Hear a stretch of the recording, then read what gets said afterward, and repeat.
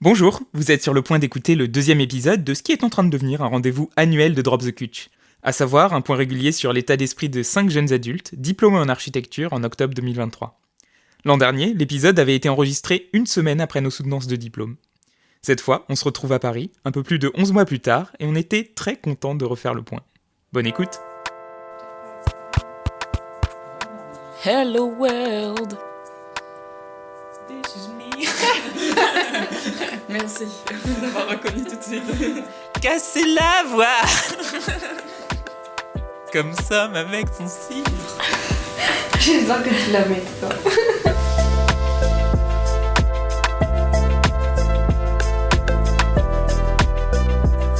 C'est un début chaotique. Ouais, je vais peut-être le refaire. Bonjour. Une compilation de bonjour. Bienvenue dans Drop the Cutch, le podcast qui part à la rencontre des diplômés en architecture qui exercent dans un autre domaine, sauf 3 personnes sur 5 autour de cette table qui exercent dans une agence d'architecture pour leur plus grand bonheur. Ah, mais j'ai pas parlé de l'an dernier. Oui, vous vous souvenez, il y a un an. Bonjour.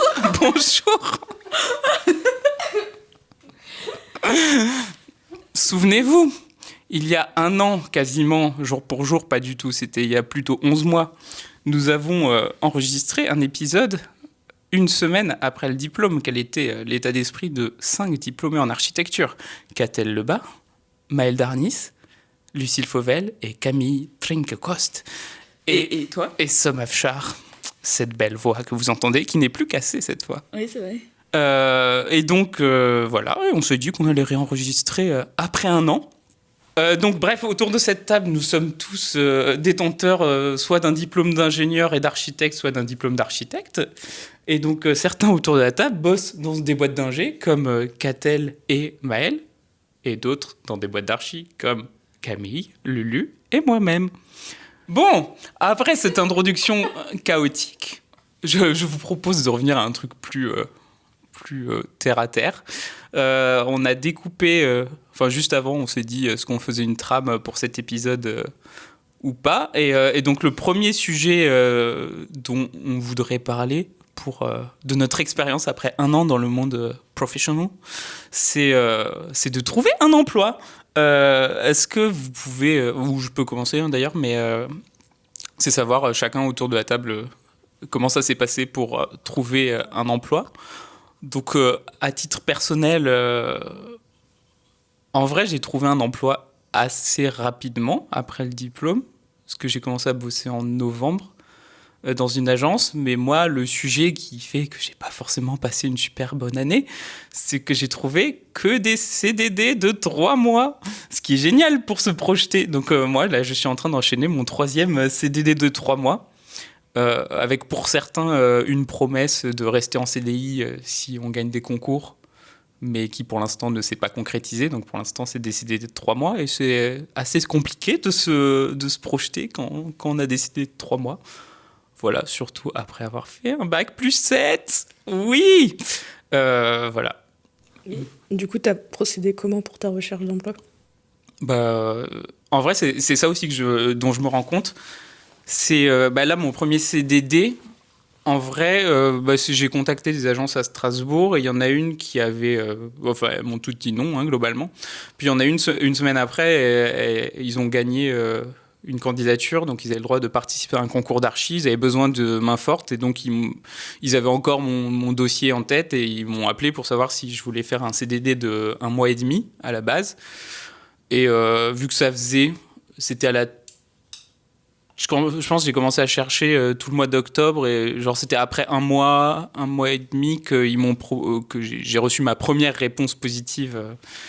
Donc comme j'étais un peu désespéré, j'ai fait oui.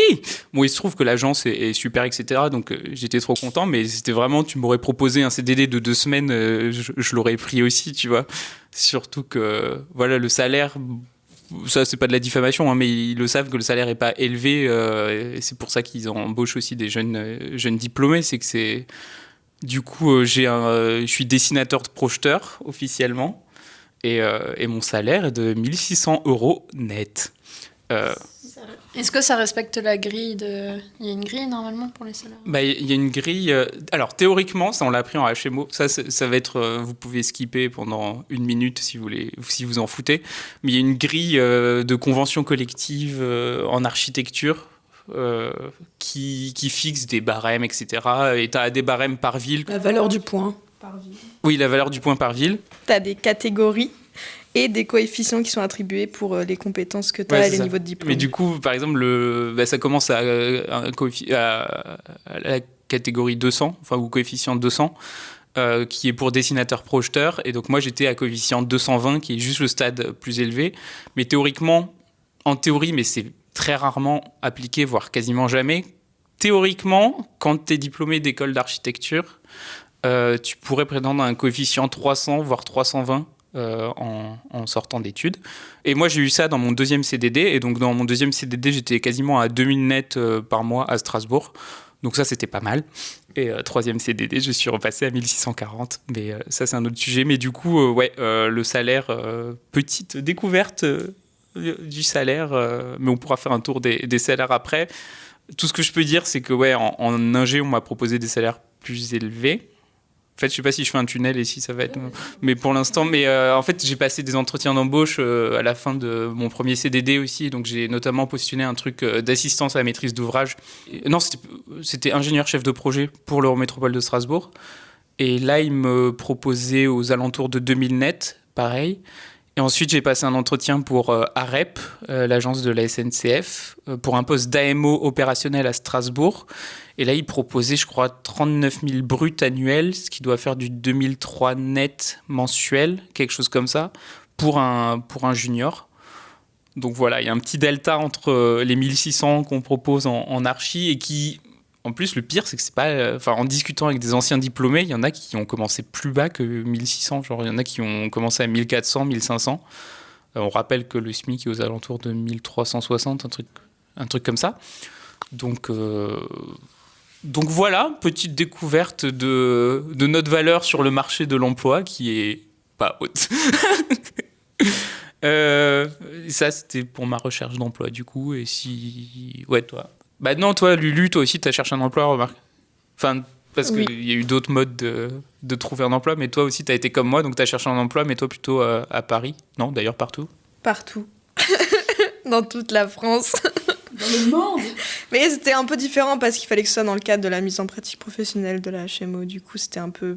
Il y avait un petit, un petit truc en plus à rajouter dans la demande d'emploi. Et ça n'a pas été facile. Je l'ai eu par piston, clairement, sinon j'aurais pas eu de mise en pratique professionnelle. Et après, pareil, j'avais demandé un coef 300 en me disant je demande peut-être un peu moins que les compétences qu'on avait en sortant d'un double diplôme ingénieur-architecte. Et au final, aujourd'hui, je suis un coef 260 à Paris. Du coup, à peu près 1009, sachant que mon loyer est à 1002, ça fait un peu mal. mais l'agence est cool et puis les gens sont sympas. Mais c'est vrai que ça a été assez... c'est plus en fait le fait de commencer la HMO et d'essayer de trouver une mise en pratique pour janvier, où l'enchaînement a été un peu compliqué. Il fallait un peu se dépêcher pour pouvoir passer les soutenances cette année. Sinon, c'était parce qu'on a aussi 26 semaines de mise en pratique à valider pour la HMO. Du coup. À peu près 6 mois. T'as envoyé combien de CV ? Je veux pas compter. Je sais pas, genre 100, entre 100 et 150, je pense. Ça, c'est aussi un truc, c'est ça que je voulais dire en disant mon premier CDD que j'ai obtenu du coup en postulant à une agence, enfin candidature spontanée. Et en fait, le deuxième, je l'ai eu, je candidatais à des trucs et j'ai rien eu. Enfin, j'ai fait mes entretiens pour AREP et pour l'Eurométropole. Eurométropole, ils m'ont répondu non. AREP, ils m'ont jamais rien envoyé alors que j'ai passé un pré-entretien, un entretien. J'ai fait leur synthèse d'entretien qu'ils m'ont demandé et ils n'ont même pas la décence de me répondre, de me dire que j'ai été refusé. Donc voilà, AREP, pas très sympa. C'est pas bien. Balance ta boîte. Non, mais c'est pas de la diffamation. Enfin, je sais pas, répondez quoi. Enfin, globalement, je pense que ça a été pareil pour toi. T'envoies des trucs, tu passes du temps à faire une lettre de motivation, à faire une candidature, on te répond pas. Voilà. Et donc, je me suis rendu compte qu'après les autres emplois que j'ai eus, le deuxième CDD, du coup, c'est parce que j'avais une amie qui travaillait dans une boîte qui recrutait, du coup elle a fait passer mon nom. Et là, le 3e CDD, c'est dans ma première boîte où je suis retourné, donc c'est juste qu'ils connaissaient mon nom. Et pareil, le 2e CDD, j'avais d'autres pistes, mais qui étaient que par réseau. Et en fait, je suis en train de me dire, mais en fait, ça sert à quoi de candidater à des boîtes? Parce que j'ai l'impression que, en fait, il n'y a que le réseau qui marche. Voilà. Chouette. Et du coup, vous, après, vous avez eu d'autres modes de trouver un emploi. Peut-être Camille, comme ça on reste sur l'archi de comment t'as trouvé. Bah moi j'ai pas vraiment cherché d'emploi. C'est l'emploi qui m'a cherché. Voilà, je sais pas. Waouh. Non mais du coup moi j'ai fait mon PFE avec un directeur d'études qui était très sympathique et qui... Enfin, le coup de chance, ils avaient besoin de recruter quelqu'un pour leur agence à la fin de l'année. Et du coup, il m'a proposé un emploi sans que j'ai vraiment besoin de commencer à chercher avant même d'avoir eu mon diplôme.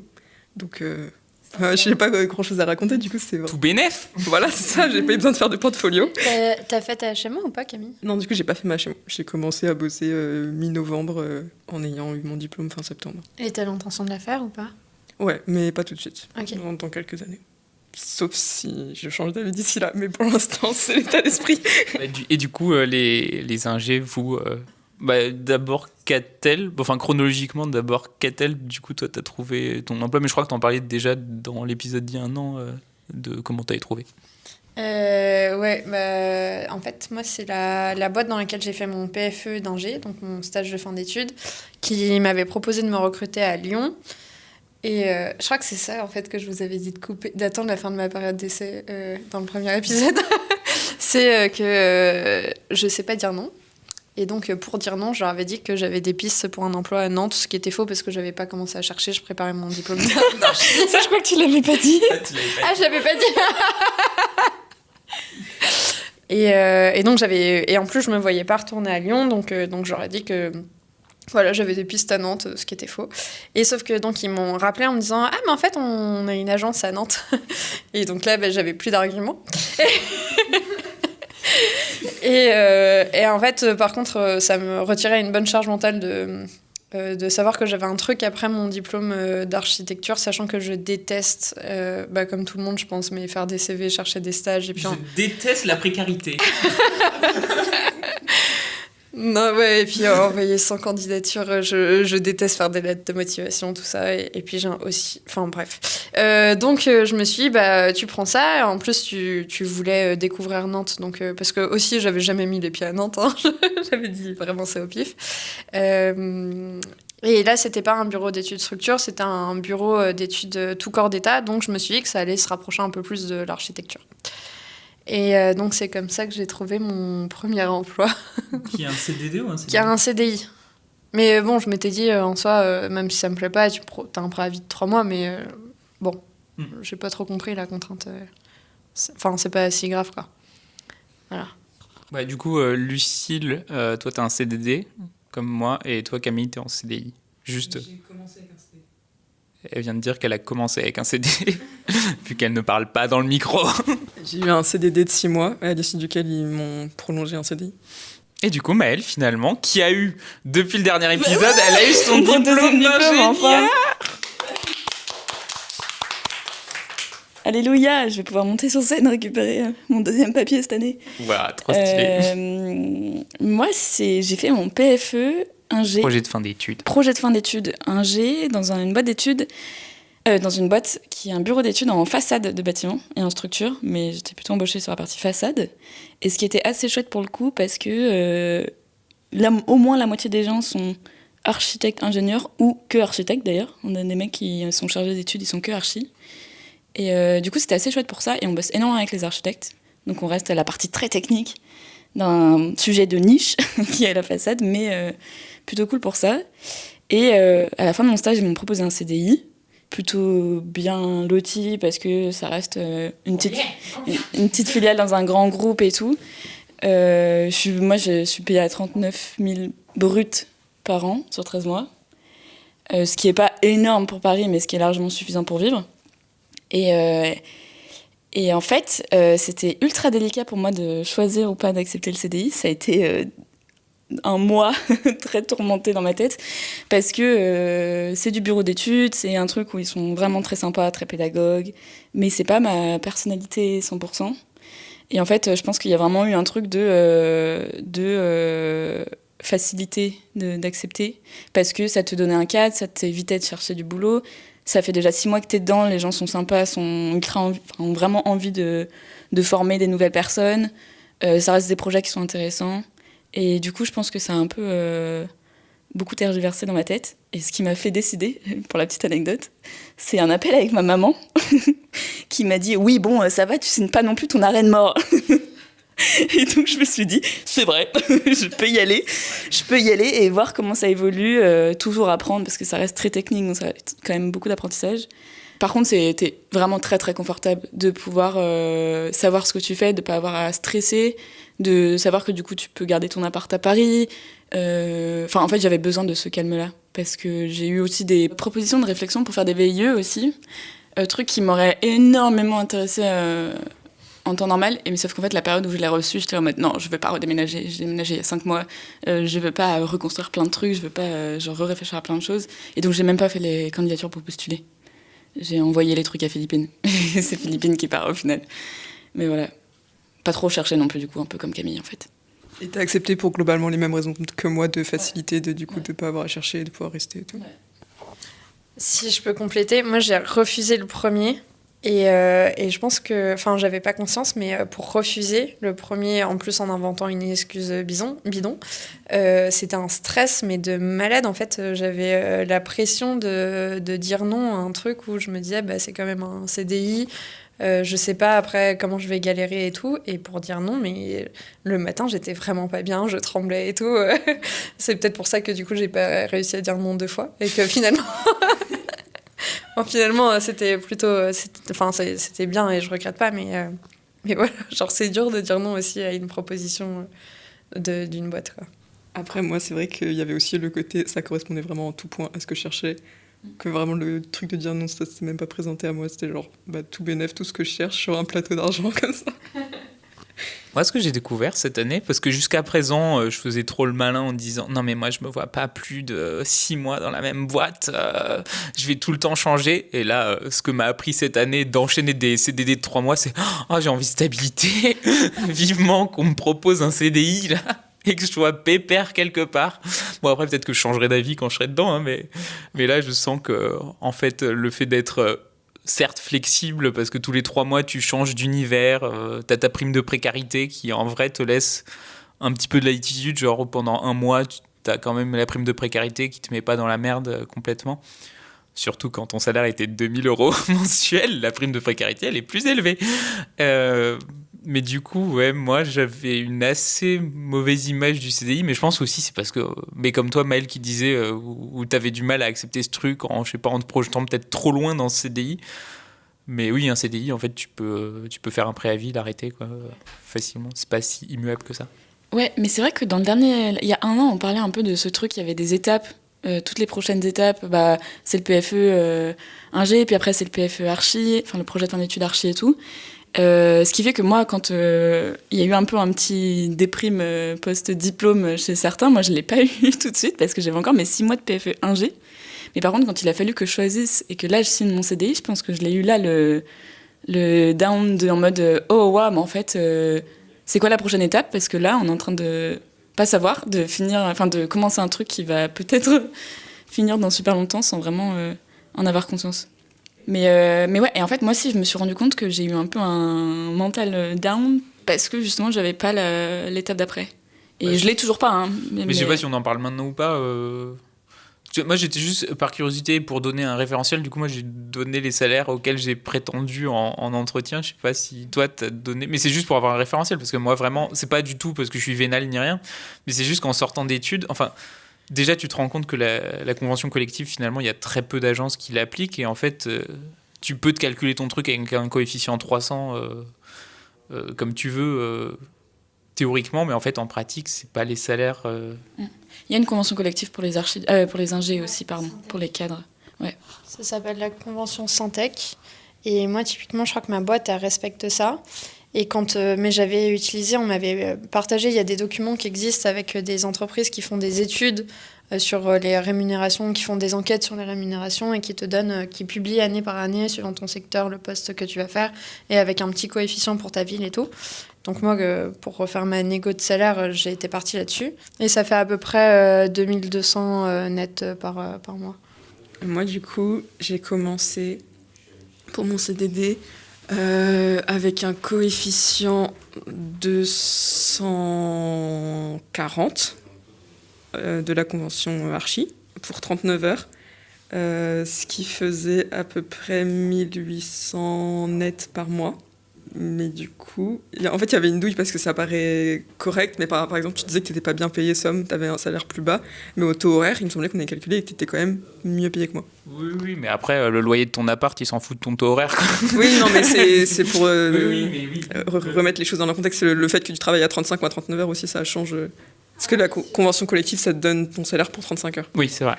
Je peux peut-être ajouter un complément ici, c'est que moi, j'avais pas forcément pris ça non plus en compte, mais en fait, j'ai un contrat à 42 heures. Donc voilà, quand tu recalcules le taux horaire, je crois que j'ai vraiment été très nulle en négociation. Voilà. Bref, du coup, en Angers, t'es pas forcément toujours extrêmement bien payé. Vraiment, apprenez de nos erreurs. Du coup, j'ai commencé à 240 pour un poste d'assistante de projet, alors que normalement, il me semble que dans la convention, assistante de projet, c'est à partir de 260. En gros, le coefficient ne correspondait pas à l'intitulé de mon poste. Et ensuite, quand je suis passée en CDI, on a renégocié mon salaire, et là, je suis à coefficient 280, à 35 heures maintenant, et ça correspond du coup à un tout petit peu moins que 2000 net. Pas mal. Et oui, et du coup, juste c'est pour l'aspect des 35 heures, bah, en vrai, moi, je vais jamais... En stage, j'avais toujours fait 40 heures ou des trucs comme ça, et cette année, j'ai découvert 35 heures. Ce qui fait que moi, j'étais en semaine de... Premier et le CDD d'actuellement, j'étais en semaine de 4 jours et demi. En vrai, parlons-en, c'est trop bien d'avoir le vendredi après-midi pour se préparer au week-end. Voilà, C'est incroyable. C'est vraiment trop bien. Et sinon, dans l'autre boîte, j'étais à 35 heures, mais on faisait des semaines de 4 jours, sauf la première semaine du mois où on travaillait le vendredi aussi. Et donc, pareil, c'était trop bien. Mais en fait, limite, moi, j'aime bien finalement avoir juste le vendredi après-midi. Ça me dérange pas, comme j'ai du mal à me lever le matin, ça me dérange pas de travailler le vendredi matin parce qu'au moins, ça me force à me lever, à faire des trucs le vendredi matin. Parce que quand j'avais le vendredi tout libre, bah, je faisais rien le vendredi matin. Mais bon, ça, c'est très personnel. Je raconte peut-être pas ma vie. Waouh, Maëlle qui fait des petits trucs dans sa barbe là. Je dis la revanche du tunnel. T'inquiète, je vais me couper au montage. Est-ce que vous voulez qu'on attaque le chapitre 2 qui est Désillusion proposé par Maëlle? J'ai pas d'intro, donc si tu veux introduire ce chapitre... De manière plus neutre, écart entre Non, la désillusion, ouais. Okay, Désillusion dans le sens pas forcément négatif du terme. C'est vraiment effectivement ce que explique Catel de manière plus poétiquement correcte. Dire est-ce qu'il y a un écart entre ce que vous vous attendiez en prenant ce travail et ce que vous faites dans la vie de tous les jours dans ce travail. Est-ce que ça correspond vraiment à ce que vous imaginiez et en quoi c'est différent? Ça peut être positif ou négatif. C'est vrai que Désillusion est un peu négatif. Surprise, qui c'est qui est? Bah, Lulu a pas parlé depuis longtemps. Peut-être volontairement. J'avais pas trop d'attentes en particulier. Non, mais il y avait moi, c'est un peu l'année de la HMO. Mais là, je me rends compte que... j'ai l'impression qu'on reproche beaucoup le manque d'expérience aux jeunes diplômés qui passent la HMO. Du coup, ça me dégoûte. C'est pas que ça me dégoûte, mais juste, je comprends pas pourquoi on nous l'a... c'était ouvert pour nous et qu'au final, on nous reproche quelque chose qu'on n'a pas et qu'on peut pas contrôler. Mais ouais, au fond, moi, en désillusion positive... On va dire que je suis arrivée dans l'agence en me disant que j'étais nulle, que je ne savais rien faire. Et au final, je me rends compte que ça va. En fait, je pense que je bosse plutôt bien. Et t'as bossé sur quelle phase, toi, de projet ? Moi, j'ai bossé un peu sur toutes les phases pour aider mes collègues sur des projets. On a fait pas mal de concours aussi, notamment en janvier, et là, on en rend un en octobre. Et j'ai la gestion d'un projet où j'ai fait la phase Diag et la phase APS, et là, je vais partir sur la PD. Et en fait, je me rends compte que ça Mais t'as pas fait d'opérationnel, du coup, toi, encore? Ouais. Mais du coup, ça se passe plutôt bien. Beaucoup mieux que ce que je pensais. Et du coup, je pense pas que je suis une grosse merde en archi, ça va. Je le vis mieux. Mais voilà, en désillusion positive. J'ai plus de compétences que ce que je pensais pour gérer un projet en agence d'archi. Et toi, Catel, parce que dans le précédent épisode, tu nous disais que t'avais absolument aucune compétence dans le job que t'allais faire. Et ça n'a pas été coupé au montage, ça. Comment t'en sors-tu après un an? Alors déjà, en réalité, je crois que j'avais été... En fait, bon, je suis dans un cas un peu particulier parce que pendant mon entretien, en fait, j'ai pas fait mon entretien avec les gens qui sont réellement mes managers une fois arrivés sur place. Et donc, les personnes qui m'ont recrutée n'étaient pas cette personne-là et m'avaient dit que l'idée, c'était que je vienne l'épauler et que je sois le numéro 2 de l'agence pour développer l'agence, qu'à la fin de l'année, on sera 10, dans 2 ans, on sera 15, et voilà. Bon, je suis arrivée sur place. Déjà, du coup, mon manager réel n'était pas au courant qu'on m'avait dit ça. Et ça, je m'en suis aperçue au bout de 6 mois. Et donc, lui, il n'a pas du tout la vision de grandir et qu'on soit 10 à la fin de l'année. Je suis arrivée, j'étais la 4e et là, on est 5, on a recruté la stagiaire, quoi. Donc déjà, il y a eu grosse désillusion parce que l'intitulé de la description de mon poste n'est pas ce que je fais en réalité. Et finalement, au niveau des compétences, oui, en fait, du coup, je me retrouve... Donc tout corps d'État. Donc normalement, je fais ingénieur tout corps d'État, donc je fais de la maîtrise d'œuvre, rénovation de logements sociaux. Et donc en fait, si j'ai largement les compétences, après on doit régler beaucoup de questions techniques assez précises, donc tout ce qui est ventilation, CVC, donc chauffage, ventilation et climatisation. Ouais, bon, on fait pas de clim. CV. Et tout ce qui est second œuvre. Et je fais aussi de l'économie de la construction, et c'est vraiment des choses qu'on n'apprend pas en école. Mais vraiment, c'est des choses où, par contre, on a les compétences pour apprendre très vite. Enfin, c'est des choses qui sont très répétitives et tout. Donc, au début, moi, ça me plaisait bien parce que tout était nouveau et j'avais plein de choses à apprendre. Après, pour l'instant, je suis encore un peu frustrée de justement pas utiliser ni mes compétences d'archi, ni j'ai pas l'impression de faire vraiment de l'ingénierie. Enfin, moi, j'ai fait ingénieur structure, génie civil, où je faisais beaucoup de calculs de structure. Et pour moi, l'ingénierie, c'était de faire des calculs, résoudre des problèmes. Et là, j'ai l'impression de ne faire ni de l'architecture, ni de l'ingénierie. Donc, en fait, je pense qu'à essayer de trouver quelque chose qui était entre les deux, je suis juste tombée un petit peu à côté. C'est beau. Donc voilà, en désillusion. Et puis j'ai fait ingénieur génie civil très tourné structure et j'ai appris, je fais plutôt de l'ingénierie génie climatique et énergétique. Donc je fais des modélisations Pléiades thermiques, des études thermiques sur des projets, alors que à la base j'avais pas du tout les compétences. Mais pareil, finalement ça s'apprend très vite, mais en même temps du coup j'ai souvent l'impression de pas être légitime pour faire ces choses-là. Et donc voilà, je sais pas si je réponds bien à la question. Maëlle? Moi, je crois pas qu'il y ait trop de désillusions, déjà parce que j'ai fait mon stage avant dedans, donc en fait, tu captes assez vite. Enfin, en fait, je pense que moi, la désillusion que j'avais, c'était pas vis-à-vis du métier, c'était plus la boîte vis-à-vis de l'image de marque qu'elle se dégage et les profils qu'ils ont à l'intérieur de l'entreprise et leur manière de travailler à l'intérieur. Et c'est vrai que moi, je bosse dans un bureau d'études qui a presque en fait été une boîte d'archi à un moment donné, sur de la création, sur de la manière de raisonner, sur du fonctionnement. Elle a fait faillite. Elle s'est fait racheter par un grand groupe qui a du coup un très gros fonctionnement ingénieur, grille salariale, tout ça. Et en fait, je pense que j'ai surtout été un peu déçue sur le profil des gens et la manière de travailler, alors qu'il y a une opportunité de fou sur un travail mix entre archi et ingé. Et où là, pour le coup, moi, je trouve que je suis contente par rapport à ce que disait Catel, où elle a l'impression de faire ni l'un ni l'autre. Moi, des fois, je ressens vraiment sur des projets en mode, là, on nous traite comme des archis, quasiment. Sauf que c'est pas nous qui décidons, on fait des propositions. Et je fais quand même aussi des fois de la structure et des calculs. Donc, t'as quand même vraiment cet entre-deux qui est bien. Ce que t'as dit, Lulu, tout à l'heure, je m'étais dit en mode ouais, tout pareil, et bien j'ai oublié ce que c'était. Ah ouais, si, le fait de se sentir compétent, enfin de se dire en fait on n'est pas si nul. Je pense que moi j'ai aussi été assez étonnée, mais gros syndrome de l'imposteur, impostrice. Quand je suis arrivée, j'étais en mode, mais surtout dans le métier de niche de la façade où les gens sont ultra techniques et t'as besoin d'avoir 25 ans d'expérience pour être bon. Et pas très bon.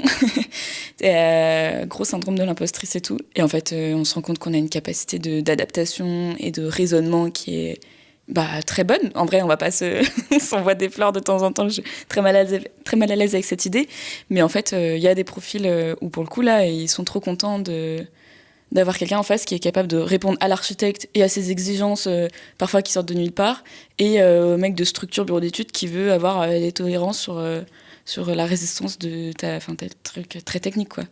Et du coup, je me suis rendu compte que finalement, effectivement, on n'était pas si dégueu et qu'on avait une capacité à répondre à tous ces enjeux-là et qu'ils étaient très contents de ça.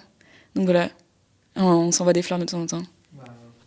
Et si je peux compléter s'envoyer des fleurs, moi je trouve que là où à la base j'avais pas du tout les compétences sur plein de sujets techniques, c'est sur la gestion de projet où je pense qu'on est extrêmement bien formé là-dessus, et donc en fait c'est un peu pour ça qu'on nous embauche, c'est parce qu'en fait même si on sait pas, on sait où chercher les infos, et je trouve qu'on est globalement assez fort en gestion de projet.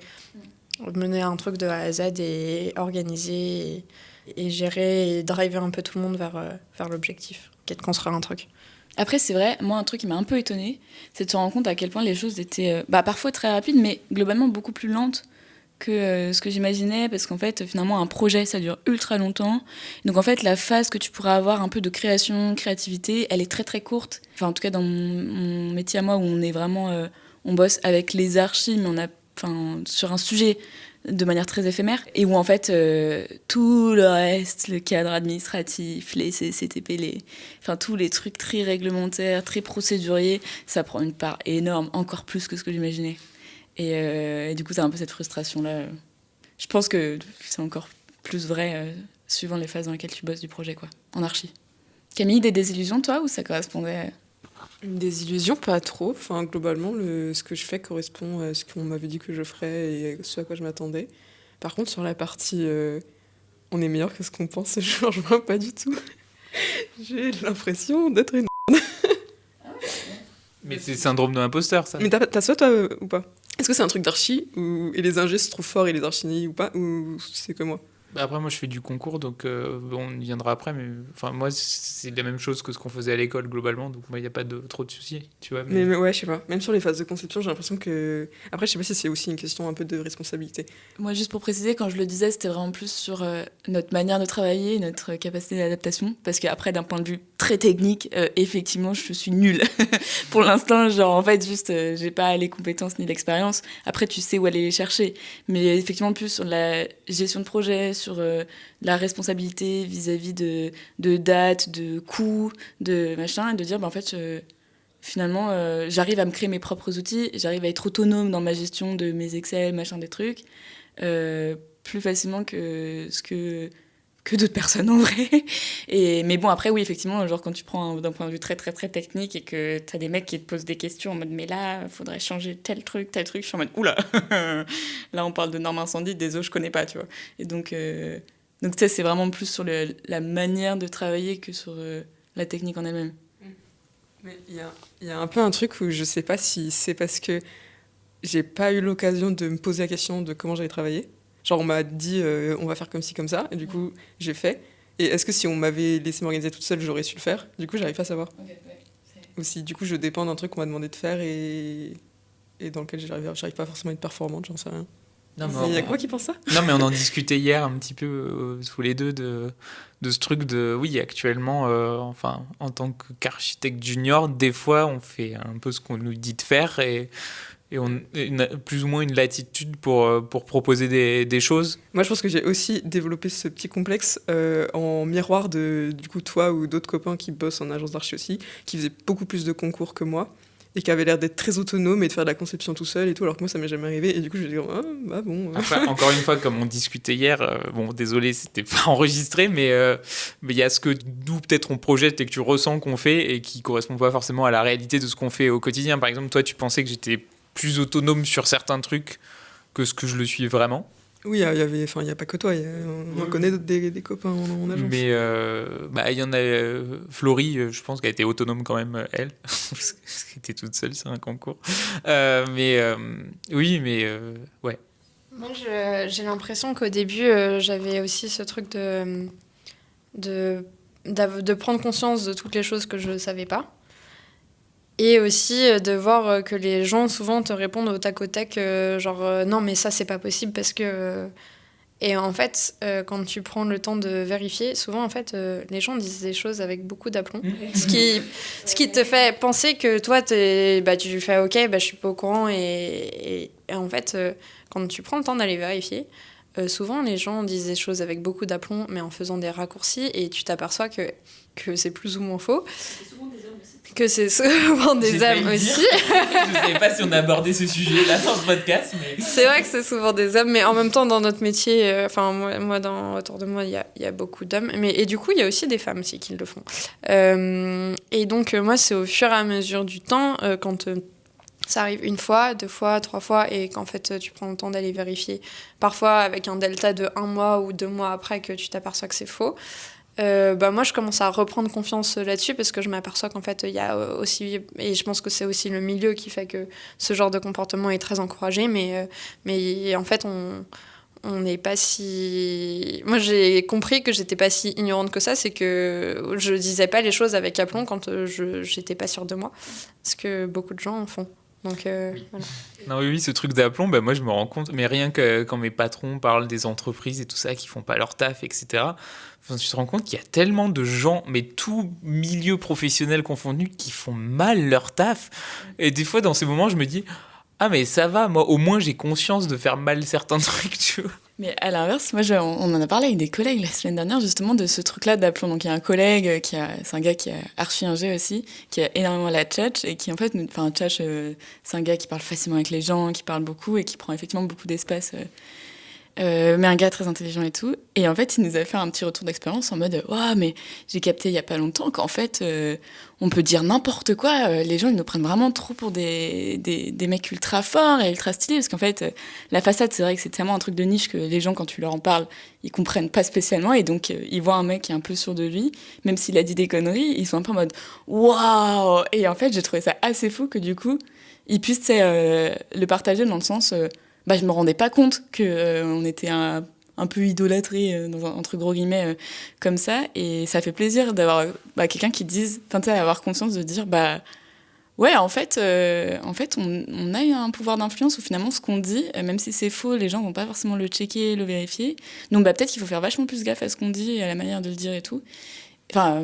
Et du coup, c'était assez intéressant comme débat ce jour-là. Les relations humaines et la société en général reposent sur une relation de confiance envers les gens quand quelqu'un te dit un truc. Mais après, à la fois, ça a un peu rassuré parce qu'il y a aussi le truc de « Oh, mais du coup, tu pourras toujours revenir en disant « Ah ouais, non, mais finalement, c'est pas exactement ça, c'est un peu autre chose quand tu t'es rendu compte que tu t'es gouré, quoi, parce que de toute façon, ils vont quand même t'écouter. » Donc, mais ouais, avoir conscience de ça, je pense que c'est vraiment fondamental pour la confiance en soi des jeunes diplômés, des jeunes archi ou ingé, en fait, avoir conscience que ton collègue, quand il parle des fois plus fort,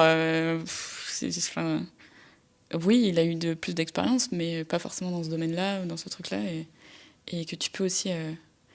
Mais moi, ce truc-là, par contre, après avoir discuté, je continue. Mon tunnel, il est maintenant. C'est par contre, moi, ça me faisait culpabiliser de faire certains trucs. Là, récemment, on a eu une mission on bossait avec un bureau d'études environnement du même groupe sur l'étude de la résilience d'un bâtiment face aux températures extrêmes pour climat en 2050. Et on m'a demandé de faire une étude sur un truc très spécifique des vitrages. Et moi, dans ma tête, j'étais là en mode, mais ils vont me demander à moi. Mais tu sais, je suis pas non plus ultra technicienne. Bon, ok, je fais toutes les recherches je fais un peu une espèce de micro-projet de recherche.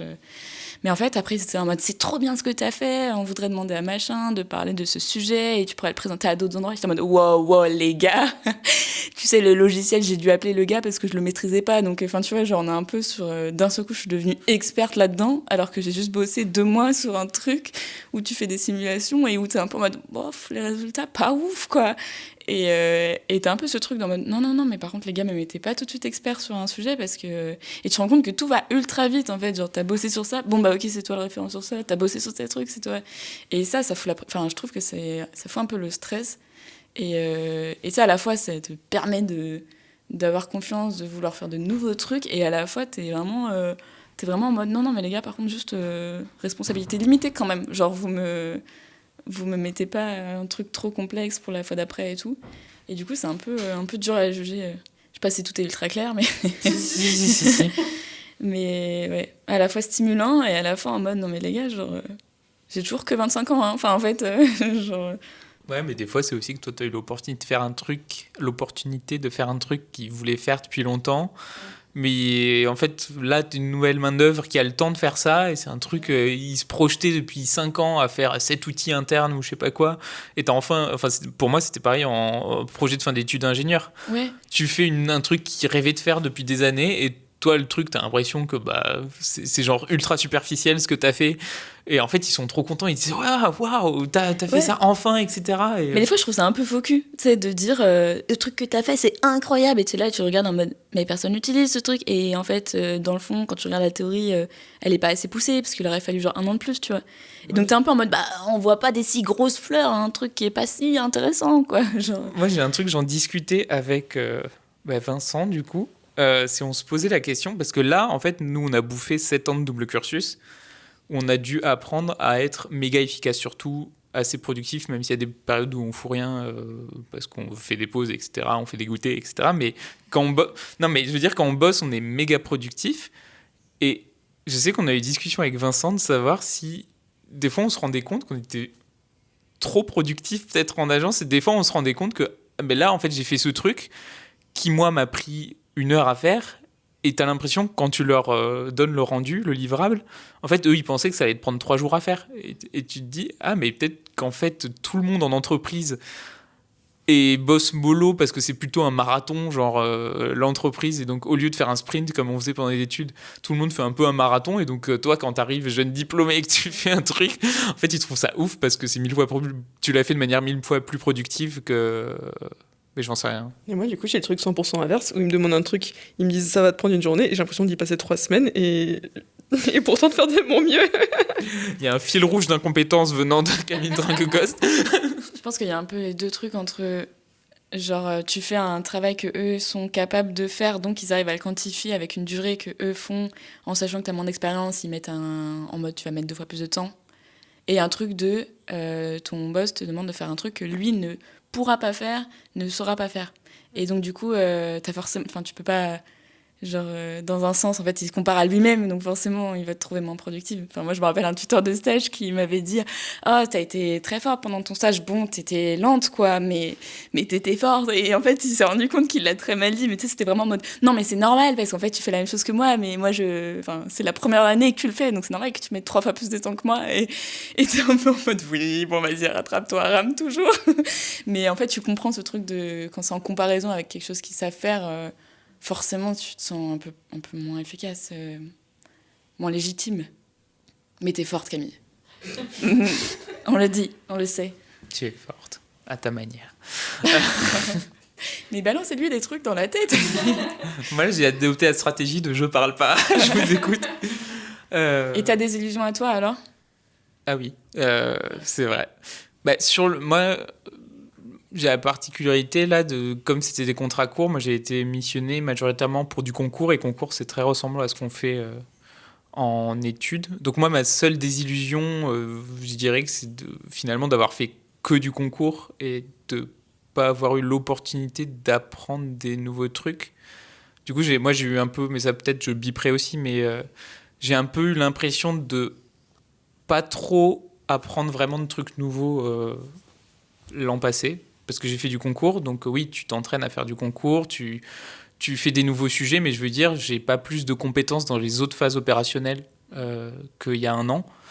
Et moi, je voulais passer la HMO, j'ai passé la partie théorique comme Lucille, sauf que la mise en situation professionnelle, c'est 6 mois, et moi j'ai des contrats de 3 mois, donc finalement, je ne l'ai pas faite. Et là, je sens que je ne suis pas prêt à la passer même cette année parce que j'ai fait que du concours et donc je ne me sens pas prêt. Donc ça, c'est un peu ma désillusion. Bon, le fait d'avoir raté l'opportunité de faire la HMO, c'est une désillusion. Mais du coup, le fait de ne pas apprendre des nouveaux trucs et de passer d'un monde universitaire où on apprenait des nouveaux trucs en permanence à là, un monde professionnel où je me disais... moi, j'avais espoir. Je me disais, de toute façon, on ne sait rien faire en tant que jeune diplômé. Donc forcément, je vais galérer, mais je vais apprendre des trucs. Et en fait, je me rends compte que j'ai beaucoup moins appris que ce que j'aurais voulu parce que j'ai fait du concours, qui est finalement la zone de confort d'un diplômé en architecture. T'as même pas appris des trucs de normes, accessibilité, incendie et tout Mais c'est des micro-trucs. Enfin, j'ai appris des trucs sur comment fonctionne une charpente alsacienne, des nomenclatures de Biberschwanz. Non, mais j'ai appris des petits trucs, mais après, moi, j'aime beaucoup apprendre de manière générale. Et donc, le taux d'apprentissage, je pensais qu'il serait plus élevé en entreprise que ce qu'il est, en tout cas, dans les boulots que j'ai pu faire actuellement. Ouais, mais je pense qu'il y a un vrai... C'est dommage que parmi nous, il n'y ait pas quelqu'un qui soit en archi, plutôt en exé, en suivi d'exé. Parce que je pense qu'il y a un vrai... Camille, un peu, hein. Oui, c'est vrai. Oui, c'est vrai. Mais vu que tu fais un peu tout, je t'ai mis... on a parlé de... Oui, non. Je dis n'importe quoi, effectivement. Et Elle a dit, je pense que j'ai fait plus de chantiers ici que tout le monde ici. Oui. Non, mais oui. Mais oui, non, mais je pense... Enfin, dans ma tête, vu que t'es un peu sur plein de phases, je t'ai pas attribué de ouf à que ça. Et c'est une erreur de ma part, désolée. Mais parce que je pense effectivement que t'as 2 vitesses d'apprentissage quand t'es en chantier et quand t'es en conception qui sont assez... qui sont très disparates en fait. Parce que moi j'avais mon dernier stage d'archi, je me rappelle la distinction entre 2 gars qui avaient quasiment le même âge, un qui était chef de projet sur la partie exé et l'autre en conception. Et en fait t'en as un qui avait réussi à monter vachement plus vite en responsabilité, mais parce qu'il y avait peut-être moins de monde qui voulait faire de l'exé, etc. Et s'est rendu compte peut-être de toutes les galères du chantier. Et ce qui fait qu'en fait ils n'ont pas du tout évolué de la même manière. Et du coup, si tu as peut-être un retour d'expérience, du coup, parce que j'ai fait une erreur fatale de ne pas te mettre en exé, mais je trouve qu'effectivement, en architecture, tu peux avoir vraiment 2 manières de... peut-être plus que ça d'ailleurs, mais des manières très très différentes de progresser, alors que tu bosses aussi en agence, pour les 2. Mais du coup, en tout cas, quand tu fais pas d'exé, quand tu fais que du concours, la non-légitimité que tu peux ressentir en étant jeune diplômé, moi je l'ai toujours. Je suis comme ça, si je suis dans une agence et je dois faire d'autres choses que du concours, je sais pas faire, moi. Sinon, moi je pense que ça serait plutôt à l'opposé de Somme, c'est en étant partie vers la partie très technique et en plus de domaines multiples que je connaissais pas. J'ai eu l'impression d'apprendre plein de micro-trucs, comme tu disais, sur l'accessibilité, la ventilation, la thermique, tout ça. Mais par contre, je pense que de plus en plus, moi j'avais un peu dans l'idée de revenir vers l'archi plus tard, éventuellement de passer ma HMO dans 2-3 ans, je sais pas. Et j'ai l'impression que de m'éloigner de la conception et tout ça, de faire des concours, je pense que de plus en plus le temps s'écoule et plus je pense que j'aurai de l'appréhension et ce syndrome de l'imposteur, je pense que je vais avoir de moins en moins confiance en mes idées. Déjà que c'était pas mon gros point fort en école. Mais voilà, je me dis que ce problème-là que je savais que j'avais, je suis pas du tout en train de le résoudre. Voilà, genre... Je sais pas, parce qu'en même temps, du coup, en suivi de chantier, t'apprends des trucs qui sont vraiment très pragmatiques, on va dire. Par exemple, comment s'enchaînent les tâches en chantier, qui fait quoi, comment, et du coup, il y a des trucs qui sont plus difficiles à faire que d'autres. Genre, j'ai pas d'exemple comme ça précis, mais... le fait de rencontrer toutes les entreprises et que eux sur le chantier ils me disent des trucs genre moi je leur dis là il faudrait faire ça et ils me répondent non parce que lui il va faire ci et ça va abîmer ce que moi j'ai fait et tel truc auquel jamais de la vie j'aurais pensé. Et du coup après je pense que mine de rien c'est un truc que tu gardes en tête et que tu peux peut-être intégrer aussi après quand tu fais de la conception et qui t'aide à faire de la conception. Ouais, mais surtout les aspects beaucoup plus conceptuels qu'on avait dans les projets d'archi, ça pour le coup. Ouais, je pense que là-dessus, mais en fait j'ai un peu cette appréhension-là. Et je crois que c'est aussi parce qu'il y avait un de nos profs, Monsieur Guéné, qui nous avait fait un discours un jour sur le double cursus en nous disant finalement vous serez ni ingénieur ni architecte. Et moi j'ai l'impression qu'en partant vers l'ingé, Vraiment, en fait, de plus en plus, je vais voir directement les problèmes de faut faire une isolation, la ventilation, ça va pas du tout, il va falloir faire ça, mais en fait, les gaines, elles passent pas et machin. Et qu'à la fin, j'ai un peu cette appréhension-là, quand je vais revenir vers l'archi, d'être devant un projet de concours et d'avoir le syndrome de la page blanche, genre, du coup, je sais plus quoi faire. C'est vrai que pour le coup, du coup, je pense que ce que j'apprends sur le chantier, en tout cas, c'est plus des trucs qui servent en phase pro ou AVP que vraiment en phase concours. Ouais, moi, ça m'a fait réagir un tout petit peu le même truc, mais bon, c'est pas forcément très intéressant. Mais moi, j'ai un peu un autre truc, un reproche que je fais, ou une désillusion un peu que j'ai aussi vis-à-vis de là où je travaille, c'est en fait, les contraintes techniques et les normes sont devenues ta base de conception.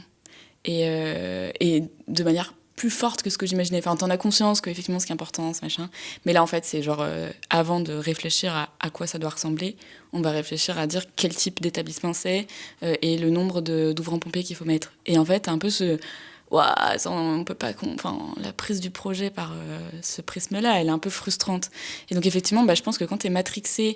Parce qu'en fait, on le voit, plus les gens ils ont de l'expérience dans l'entreprise, plus ils pensent comme ça en premier. C'est vraiment, non, mais là, on va simplifier, en fait, parce que si ta verrière, elle a des vitrages en triangle, ça va être pénible. Je dis, non, mais avant de me dire ça, est-ce qu'on pourrait genre d'abord regarder le bâtiment ? Ouais, ou même dans la forme. Non, on fait pas cette forme, parce que là, il y aura 2 ascenseurs si on fait ça.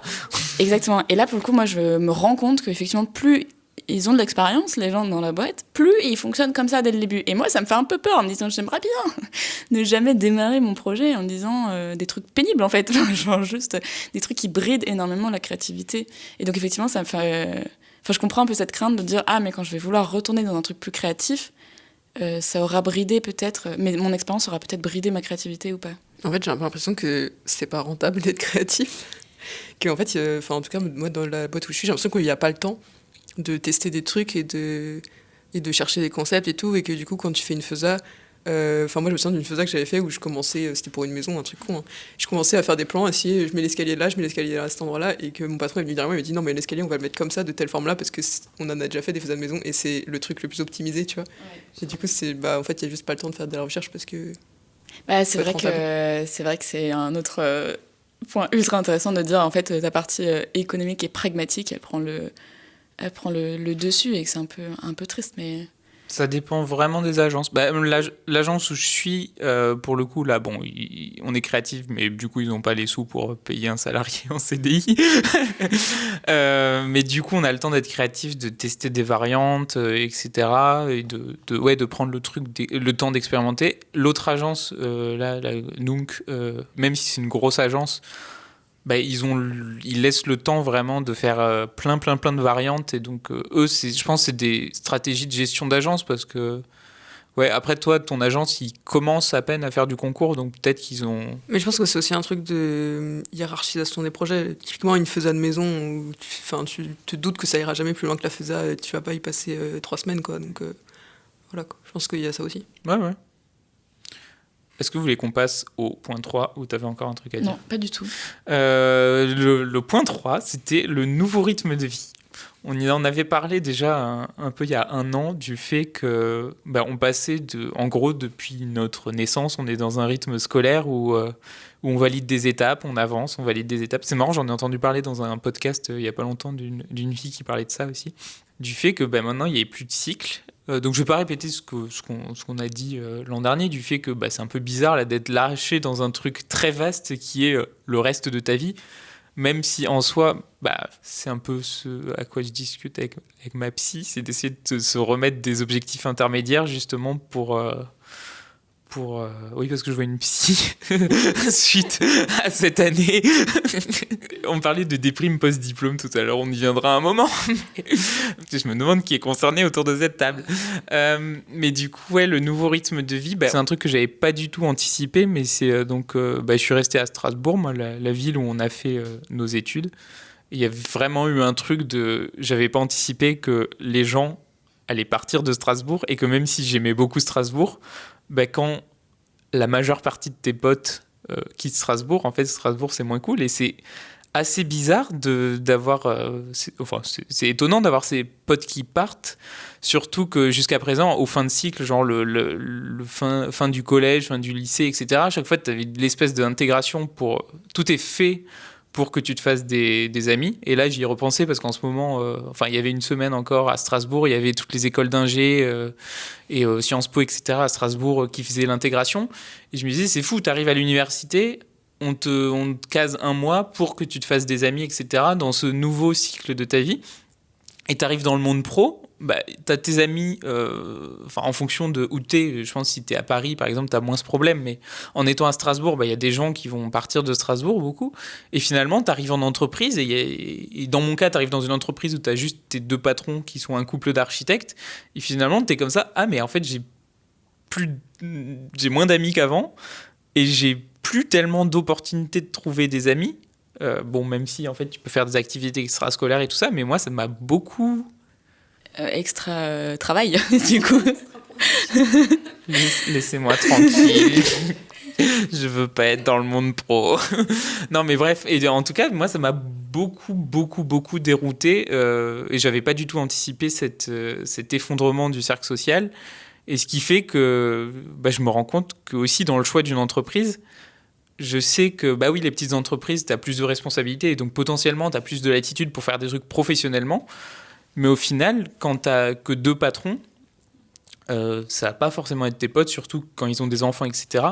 Alors que par exemple, à Paris, en projet de fin d'études, j'avais une entreprise d'une 20aine de personnes avec beaucoup de trentenaires, etc., sans enfants, qui était super sympa. Et donc, je me dis, et j'ai des amis Jules, qui est dans une grande entreprise, qui sont dans des grandes entreprises, qui ont vachement plus de collègues, quoi. Et qui a du coup. Non mais même, tu vois, Philippine qui était aux Jeux Olympiques à l'organisation des Paris 2024, c'est un espèce de grosse machine où tu rencontres plein de gens, et je trouve ça déroutant. Enfin moi ça m'a beaucoup dérouté, je me répète, mais de plus avoir ce flux de gens que tu croises, de personnes nouvelles qui ont les mêmes centres d'intérêt que toi. Mais je pense que ça devrait être un véritable critère de choix aussi de boulot. Genre le cadre dans lequel tu vas travailler, ta possibilité de rencontrer des gens. Après on n'a pas tous du tout les mêmes besoins. Mais je pense vraiment que c'est un truc ultra important, au même titre que la ville et tout. Moi, j'étais assez admirative de Catel, justement, tu vas pouvoir répondre, mais de te voir partir à Nantes alors que tu n'avais pas d'attache à Nantes et qu'il y a très peu de personnes de Strasbourg, de copains de Strasbourg qui sont allés à Nantes. Moi, je trouve ça ultra courageux. Et je suis pas sûre que j'aurais été capable d'aller dans n'importe quelle ville, moi, en sortie d'études, parce que justement, j'étais en mode non, mais c'est déjà trop d'efforts de finir ces années. Si en plus il faut retrouver un cercle social, si en plus il faut recréer des copains, tout ça, je trouve que c'est assez fort, quoi. Moi, je suis complètement d'accord sur le fait que ça devrait être un critère, et en même temps, c'est super dur d'anticiper. Quand tu vois une boîte de l'extérieur. Alors certes, oui, quand t'es patron, c'est un couple de... Bon, là, il y a peut-être un petit indice, mais par exemple... Non, mais au bouche à oreille, en vrai, si tu connais déjà des gens dans cette boîte, ouais. eux, ils peuvent... Mais typiquement, moi, je m'étais dit, c'est bon, on va être 4, tout le monde a moins de 30 ans ou tout juste 30 ans et quelques. On bosse tous dans une boîte qui se dit dans l'écologie, et voilà, on va avoir les mêmes centres d'intérêt, le même âge et tout. Et c'est pas si évident que ça. Et par contre, point que j'avais pas du tout anticipé parce que je le savais pas, mais qui m'a énormément aidée, c'est le fait qu'au tout début, on bossait dans un espace de coworking, donc j'en ai déjà parlé. Mais en fait, ça a été un super tremplin quand je suis arrivée dans cette nouvelle ville à Nantes où je connaissais quasiment personne. Parce que y a plein de gens qui viennent travailler dans cet espace, et plein de gens qui sont en freelance ou alors qui ont leur boîte à Paris ou à Lyon et qui en fait bossent tout seuls et qui viennent exprès dans ces endroits-là pour pas bosser tout seul chez eux toute la journée, et donc qui sont très friands de rencontrer des gens et tout. Et c'est super agréable de rencontrer... à ce moment-là, donc moi, ça me manquait beaucoup, mon cercle d'amis à Strasbourg et en école, et de se dire, en fait, sans avoir à planifier, qu'en fait, tu sais que tu vas aller à tel événement avec telle personne, parce que... Donc, il y a cette spontanéité en école. Par contre, on est amis entre des gens qui font vraiment la même chose dans le même domaine, qui ont le même âge. Alors que du coup, le fait d'arriver dans cette nouvelle ville et de rencontrer des gens par cet espace de coworking, j'ai sympathisé avec des gens avec une tranche d'âge beaucoup plus large qu'avant, et j'ai sympathisé avec des gens avec des enfants, avec des gens mariés, avec des gens qui bossent dans la tech, dans le graphisme. Bon, ça, c'est un peu plus proche, mais voilà. Et donc ça, c'était un super point positif. Après, là, l'entreprise, ils ont décidé de quitter cet espace de coworking et de se mettre dans des bureaux privatifs depuis juillet. Et je me dis que si j'étais arrivée à ce moment-là, ça aurait pu être beaucoup plus compliqué. Et j'ai eu de la chance que dans le groupe, dans l'agence, sur les 3-4 là, il y en a qui sont très sociables et avec qui je m'entends super bien.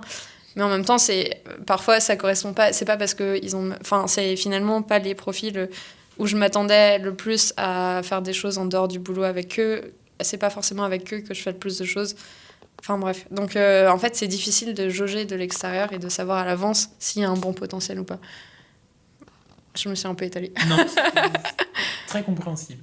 Et voilà. Et du coup, j'ai aussi eu ce truc-là en changeant de ville de se rendre compte que on perdre ses habitudes, perdre la spontanéité, de se dire merde, en fait maintenant si je veux faire un truc le vendredi soir, faut que j'organise parce que sinon les premières fois tu rentres chez toi et t'es genre c'est vendredi soir et je vais regarder la télé quoi. C'est trop triste parce que j'ai rien organisé. Après moi c'est particulier, j'aime pas organiser des trucs. Et du coup, il faut... Et je pense qu'il faut y être préparé, mais ça prend des mois de se reconstituer un cercle d'amis et de se réintégrer vraiment à ce cercle d'amis. Et du coup, j'ai eu ce truc-là de merde, il va falloir que je m'inscrive à des activités extra-professionnelles. Si vous avez pas entendu, il a dit « je t'emmerde ».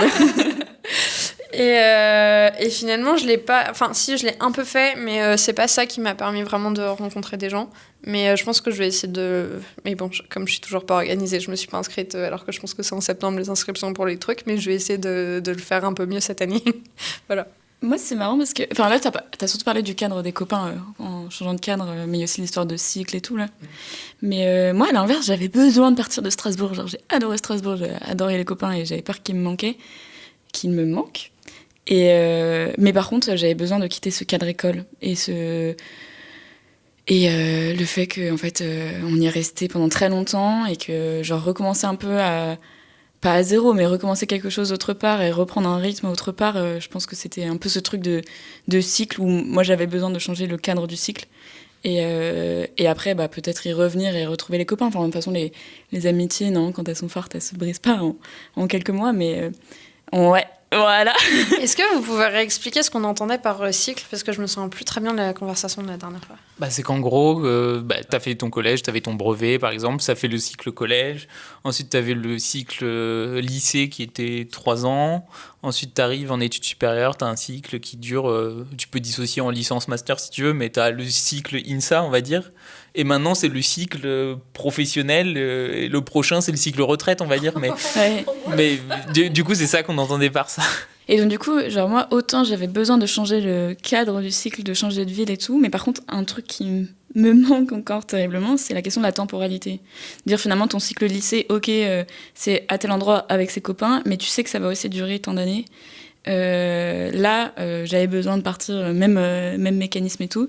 Mais par contre, le fait de pas avoir la fin d'un truc, je trouve que ça me met beaucoup plus la pression sur les choix que je vais faire là, parce que autant avant, même pour mon choix de PFE, pour mon choix de projet de fin d'études et de dernier stage, tu dis au pire mon objectif de ce stage c'est d'apprendre un max de trucs techniques, même si ça me plaît pas sur tout plein de trucs, etc. Mais en fait je sais pourquoi je veux travailler, pourquoi je veux faire ça, et t'as un peu ce gain. Et moi, ce qui m'a fait me poser énormément de questions pour choisir mon CDI et juste après mon CDI, c'est de pas réussir à mettre une réponse derrière ce pourquoi je fais ça. Et là, en fait, je suis même pas dans un cadre de parce que je veux apprendre plein de trucs techniques, parce que voilà, ça va me faire un mémoire trop stylé que je vais pouvoir présenter à des professionnels, ils vont être contents. Parce qu'en fait, c'est même pas ça. Maintenant, je travaille pour moi. Et donc, en fait, est-ce que ce pourquoi, c'est juste gagner des sous? Non, pas vraiment. Enfin, à côté de ça, genre dans ce cas-là, je viendrais pas à Paris en payant plus de 1000 balles de loyer. Et donc en fait, le pourquoi, il est pas très très clair. Et je pense que c'est pour ça que j'arrive pas moi à me retrouver et à me projeter dans quelque chose de plaisant actuellement, parce qu'en fait, je réponds pas à cette question-là.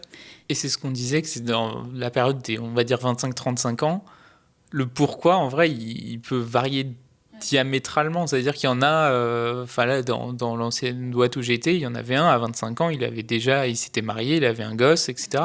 Et ça, en vrai, ça te donne un objectif. C'est tu travailles pour avoir du temps, de passer du temps avec ta famille, de fonder une famille, etc. Et ça te donne un objectif. Et en vrai, ça cadre le truc. Il y en a, c'est pour acheter un truc. Il y en a, c'est pour voyager. Il y en a, justement, ils veulent faire des cycles. Ils se disent, je vais voyager pendant 1 an, tu vois. Et... Là, moi, je pense que j'avais besoin de mettre une réponse. Donc j'ai mis une réponse qui en fait n'est pas la vraie réponse. Mais du coup, je pense que derrière le pourquoi ce boulot, pourquoi ici, il y avait la question de la simplicité, dont je vous ai un peu parlé tout à l'heure, facile de garder ce truc-là. Et il y avait aussi le confort. En fait, c'était un boulot qui était confortable d'un point de vue rémunération, d'un point de vue horaire, d'un point de vue responsabilité, stress. Et je m'étais dit, mais trop bien, en bossant là, je vais pas avoir de soucis de galère en termes de précarité, et en plus j'aurai tous mes soirs de dispo pour reprendre le basket, me remettre dans des assos, machin. Chose que j'ai faite, je me suis remise dans un club de basket, je me suis remise dans des assos, et là je suis quand même en mode ouais, non, toujours pas. Et donc en fait je pense que c'était une fausse réponse, et je me suis rendu compte finalement que mon pourquoi, dont la réponse était le confort, en fait le confort j'en ai rien à faire. Et du coup ça m'a un peu fait un truc de en mode si mon pourquoi c'est pas le bon, c'est quoi alors le truc, et Après, il faut y aller à il faut tâtons, changer hein. quoi. Des fois, on est obligé de faire les erreurs pour se rendre compte que c'est des erreurs. Ouais, c'est exactement ce qu'on m'a dit pour me rassurer. Et donc, ouais, étape par étape, ouais, c'est sûr. Mais voilà. Est-ce que vous avez trouvé pourquoi ? Non, mais j'allais plus te dire, est-ce qu'il n'y a pas un truc de... Le pourquoi tu fais un taf, c'est juste parce que c'est normal de faire un taf et que toute ta vie, on t'a dit tu fais un diplôme pour avoir un taf. Et que du coup, tu reproduis juste un schéma un peu... tu vois. Oui, peut-être. Après, il y a la question de pourquoi ce taf-là, alors. Mais par contre, je pense que la question, elle est vraiment fondamentale, moi, dans la manière de réfléchir, parce que je sais que je me suis fermée des idées parce que ça ne ressemblait pas suffisamment à un travail. De dire, là, en fait, ce que j'ai envie de faire, c'est peut-être, je sais pas, un truc associatif comme par hasard. Mais je me suis refusé l'idée que ce soit autre chose que rattaché un tout petit peu à ce que j'ai fait comme étude. Et je le sais que c'est un biais de réflexion qui est un peu dommage en vrai, parce que tu peux aussi être très très compétent dans des trucs qui sont pas tes études.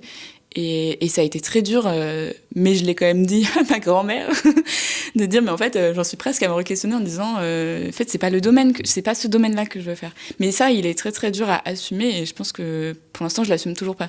Genre, si je veux changer de boulot, je resterai toujours dans un truc de, même si la forme doit être différente, même si c'est pas le même type d'entreprise, et du coup, pourquoi tu le fais ? Tu le fais pour, je sais pas, pour de l'architecture d'urgence, tu le fais pour du logement social et tout. Ça reste quand même de l'architecture, de l'espace public et tout. Et alors que ça se trouve, ça devrait être encore plus loin, encore plus éloigné de ça. Tout pareil. Et ça c'est dur. Je sais pas pourquoi c'est dur. Je sais pas si c'est nous-mêmes qui nous mettons ce frein-là, si c'est les parents. Là, on en a bouffé pendant 7 ans de l'architecture, donc en vrai, on est toujours... En fait, c'est assez frais, notre diplôme, tu vois. C'est un peu comme quand t'as payé une place de concert quelque part, que finalement t'as pas envie d'y aller, mais t'y vas quand même parce que t'as payé pour. Non, ou que tu commences à faire un truc débile, tu vois, une tâche, tu commences à la faire d'une manière non optimale. Mais tu te dis, ça fait tellement longtemps que je m'y suis mis qu'il faut que je finisse ce truc, tu vois. Et là, on a quand même investi 7 ans dans ces études. Bon, faut rentabiliser un minimum, ce qui est débile. Je crois qu'il y a aussi un peu un truc du coup, je me sens encore moins légitime à aller postuler à d'autres trucs, parce qu'en fait, quand tu regardes ton CV, t'as plein de compétences, et qui sont absolument passées sur lesquelles tu dois miser pour postuler autre part. Mais donc, du coup, il faut réussir à mettre en avant quelque chose en n'ayant pas des arguments très factuels, que ce soit beaucoup plus subjectif, quoi. Et du coup... Après, regarde, moi, ils m'ont recruté pour faire des études thermiques alors que je suis pas du tout. Donc parfois, c'est juste le profil qui les intéresse. Oui, mais c'est un peu compliqué, je pense. Mais je me reconnais complètement dans tout ce que tu as raconté avant. Et moi, ça arrivait avec un gros delta de plusieurs mois de temps. Mais je pense que quand on parlait de la déprime post-diplôme, je pense qu'un jour, j'ai eu un gros truc. Mais en fait, pourquoi ? En fait, avant, pendant nos études, au lycée, on travaille pour avoir le bac parce qu'on fait ce que nos parents nous disent. Après, on part faire nos études et tu choisis tes études. Bon, moi, c'était un peu au pif. Et après, tu fonces parce que t'es engagé dans le truc et tu fonces tête baissée pour avoir ton diplôme. Et en fait, t'as une finalité. Puis après, t'acceptes un job. Et puis un jour, tu te réveilles un matin et tu fais, mais... pourquoi je fais ça ? Enfin, un peu, pourquoi pas, mais là, il n'y a plus de finalité, il n'y a plus un truc qui nous attend dans quelques mois, dans un an, j'ai plus d'objectif. Et moi, je pense que c'est ça qui m'a fait un peu faire la petite déprime post-diplôme, de me dire, ok, je pense que j'ai aussi beaucoup de mes amis qui sont en couple et tout, et du coup, qui commencent à regarder pour acheter un truc à deux, et machin, et moi, j'étais genre, du coup, non, ça me correspond pas... Enfin, je me projette pas dans ce genre de choses. Et du coup, dans changer de taf, je me disais, bah oui, mais pourquoi est-ce qu'un autre m'apportera plus de finalité? Et en même temps, est-ce que la finalité dans ma vie, enfin, ça doit être un truc lié au taf aussi, parce que c'est peut-être aussi un peu réducteur. Et du coup, il y a eu cette un peu prise de conscience où ça peut paraître très bateau et très cliché, mais je pense que je l'ai vraiment... Enfin, parce qu'on a déjà entendu parler de ces réflexions et de ces problématiques, mais le jour où tu te poses vraiment la question sincèrement, ça fait un petit peu une claque, quoi. J'étais pas prête à ça. Moi, j'admire profondément les gens qui font un boulot de manière très... J'ai eu ce débat avec une de mes meilleures copines, là, qui pour elle, le travail, ça doit pas être un truc en mode tu kiffes énormément et tout, parce que justement, tu t'arrives moins à rationaliser... Après, tu es assez vite déçu et ça t'affecte aussi beaucoup personnellement. Et elle a vraiment une vision du travail en mode... Le travail, il doit te permettre, en fait, d'avoir des sous, d'avoir un cadre. Mais en fait, ce qui doit te motiver et tout, ça doit être en dehors du taf. Enfin, j'extrapole un peu parce qu'elle n'était pas aussi tranchée et tout. Mais j'admire quand même assez ces gens qui, du coup, disent mon travail, je sais que c'est pas le truc de ma vie. Mais en fait, je suis ultra motivée pour aller bosser parce que je sais que mon objectif, c'est de faire ça, de partir en voyage dans 6 mois, de partir. Et ces gens-là, je trouve que c'est assez fort en fait. Finalement. Du coup, c'est pour les auditeurs de auditeuristes de Drop the Cutch, c'est l'épisode précédent, la table ronde qu'on a fait sur le métier passion.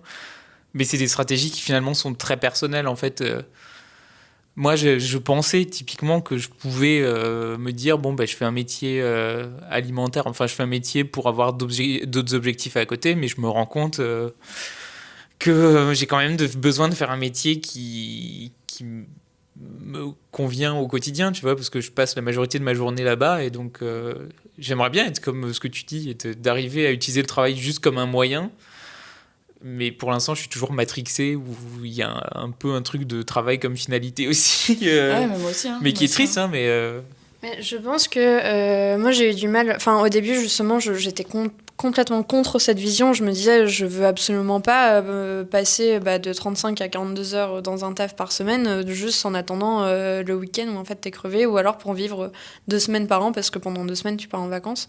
Et je trouvais ça très très triste, jusqu'à ce que je commence à bosser.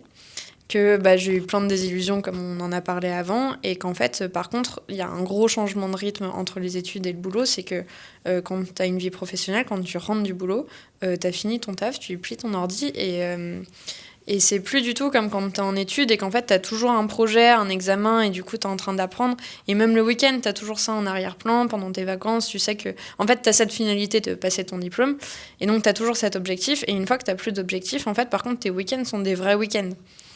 Et donc, tu les apprécies aussi d'une autre manière. Et donc, tu découvres que... je commence à un peu mieux comprendre ce truc-là de faire un job qui t'intéresse un peu moins. Mais je trouve qu'il y a toujours un équilibre, tu vois. Genre... Mais du coup, est-ce que... Moi, je suis d'accord avec ça. Mais est-ce que, du coup, quand tu montes ton agence, par exemple, tu pourrais pas retomber dans ce cadre de... en fait, tes week-ends, c'est pas des vrais week-ends. Enfin, de ce truc de... c'est ton... Enfin, c'est... Bon, bref. Camille. Il y a cette question-là, et il y a aussi, du coup, est-ce que le taf que tu fais maintenant, est-ce qu'il n'y a pas des gens, enfin, c'est pas mon cas en tout cas, mais peut-être quelqu'un ici ou ailleurs, des gens qui, du coup, travaillent post-diplôme dans des agences d'arty dans le but de, un jour, je vais ouvrir ma propre agence. Enfin, il y a peut-être des gens aussi qui choisissent leur taf pour ça. C'est peut-être leur objectif de vie. C'est pas le mien, en tout cas.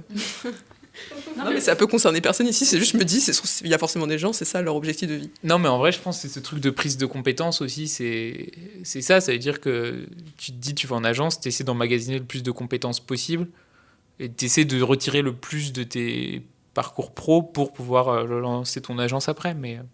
Et oui, et par contre, sur la distinction qui s'efface vie perso, vie pro quand tu as ton agence, ça me semble être... Enfin, d'expérience de quand j'ai vu mes patrons.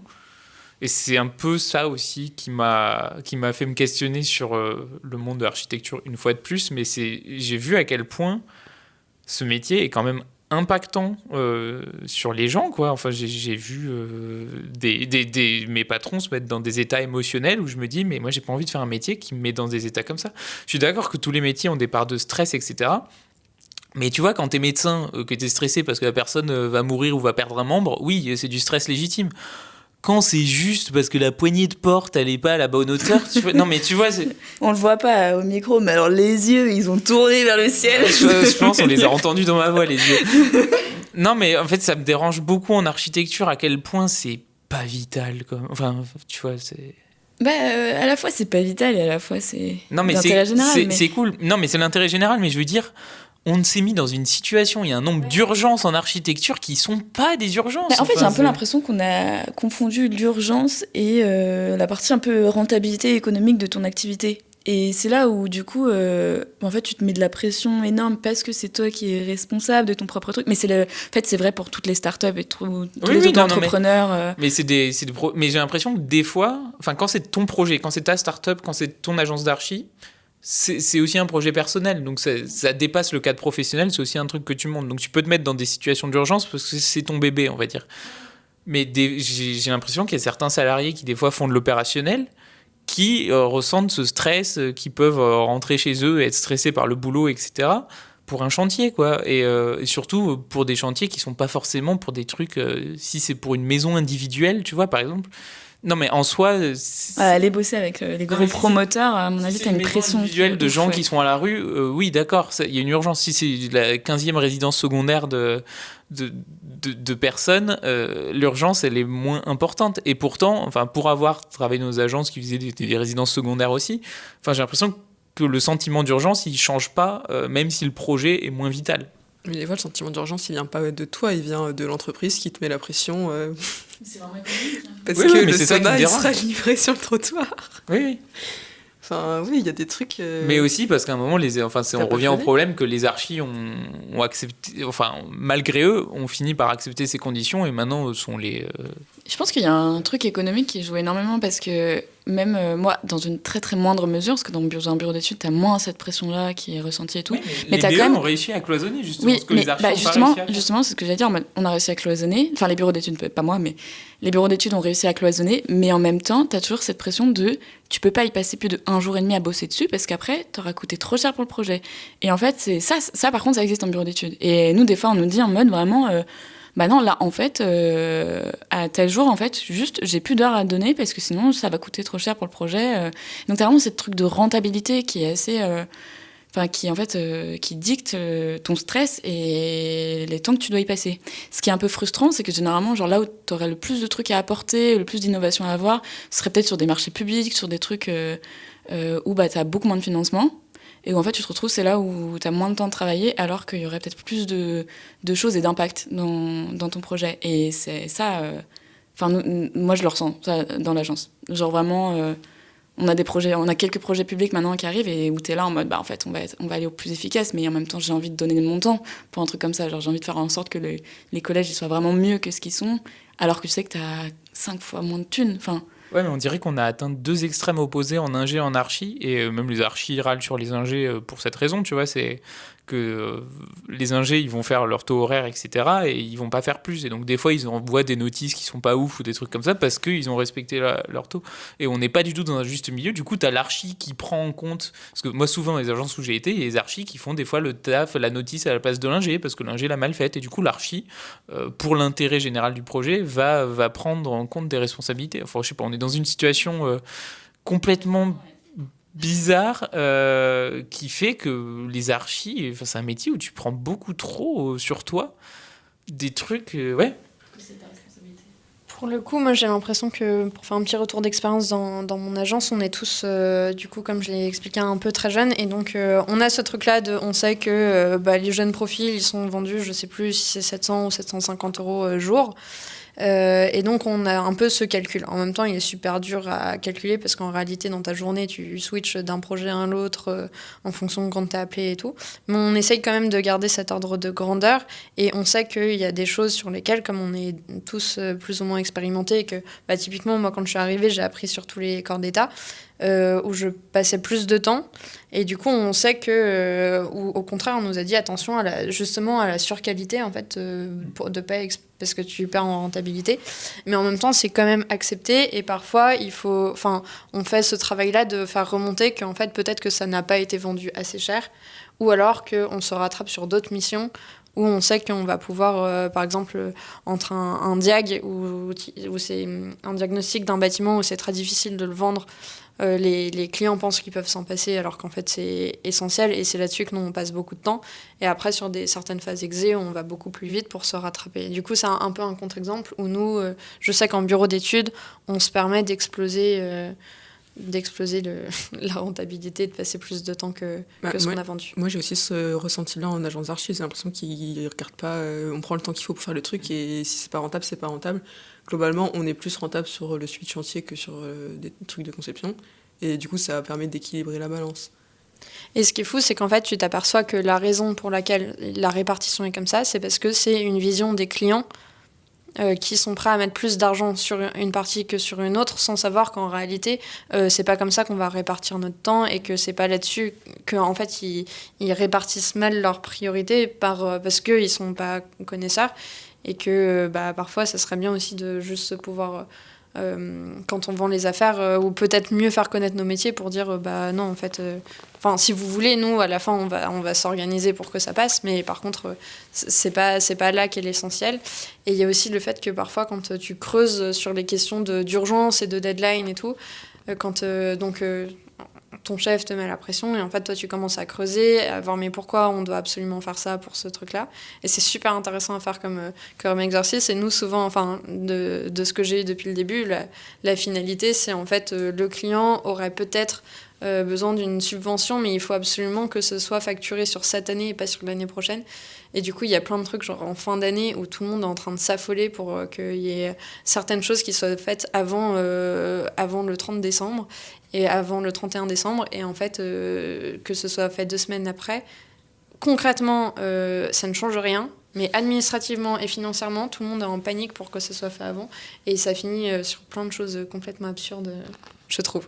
J'ai l'impression que, du coup, en agence d'archi, il n'y a pas beaucoup d'urgence de ce type, à part des fois sur le chantier, t'as un planning à tenir, voilà. J'ai l'impression que le stress, il vient plutôt en tout cas de l'expérience que j'ai moi, de bonne réputation à avoir. J'ai l'impression que beaucoup de stress que mes patrons peuvent ressentir, c'est juste parce qu'on ne veut pas que, s'il y a une merde sur un chantier, on ne veut pas que ça dure plus d'1 ou 2 journées, parce qu'on n'a pas envie que la maîtrise d'ouvrage se dise « Ah, l'architecte, il n'a pas bien géré ce problème-là », parce qu'en fin de compte, c'est un milieu hyper fermé, et si t'es en bonne relation avec une telle maîtrise d'ouvrage, après, ça peut t'ouvrir d'autres projets, et du coup, c'est toujours d'avoir la plus belle image possible, et du coup, ils se stressent de ouf pour des trucs sur le chantier, parce qu'il faut toujours bien paraître, quoi. Paraître pour l'architecte qui sait résoudre les trucs vite et bien. Et...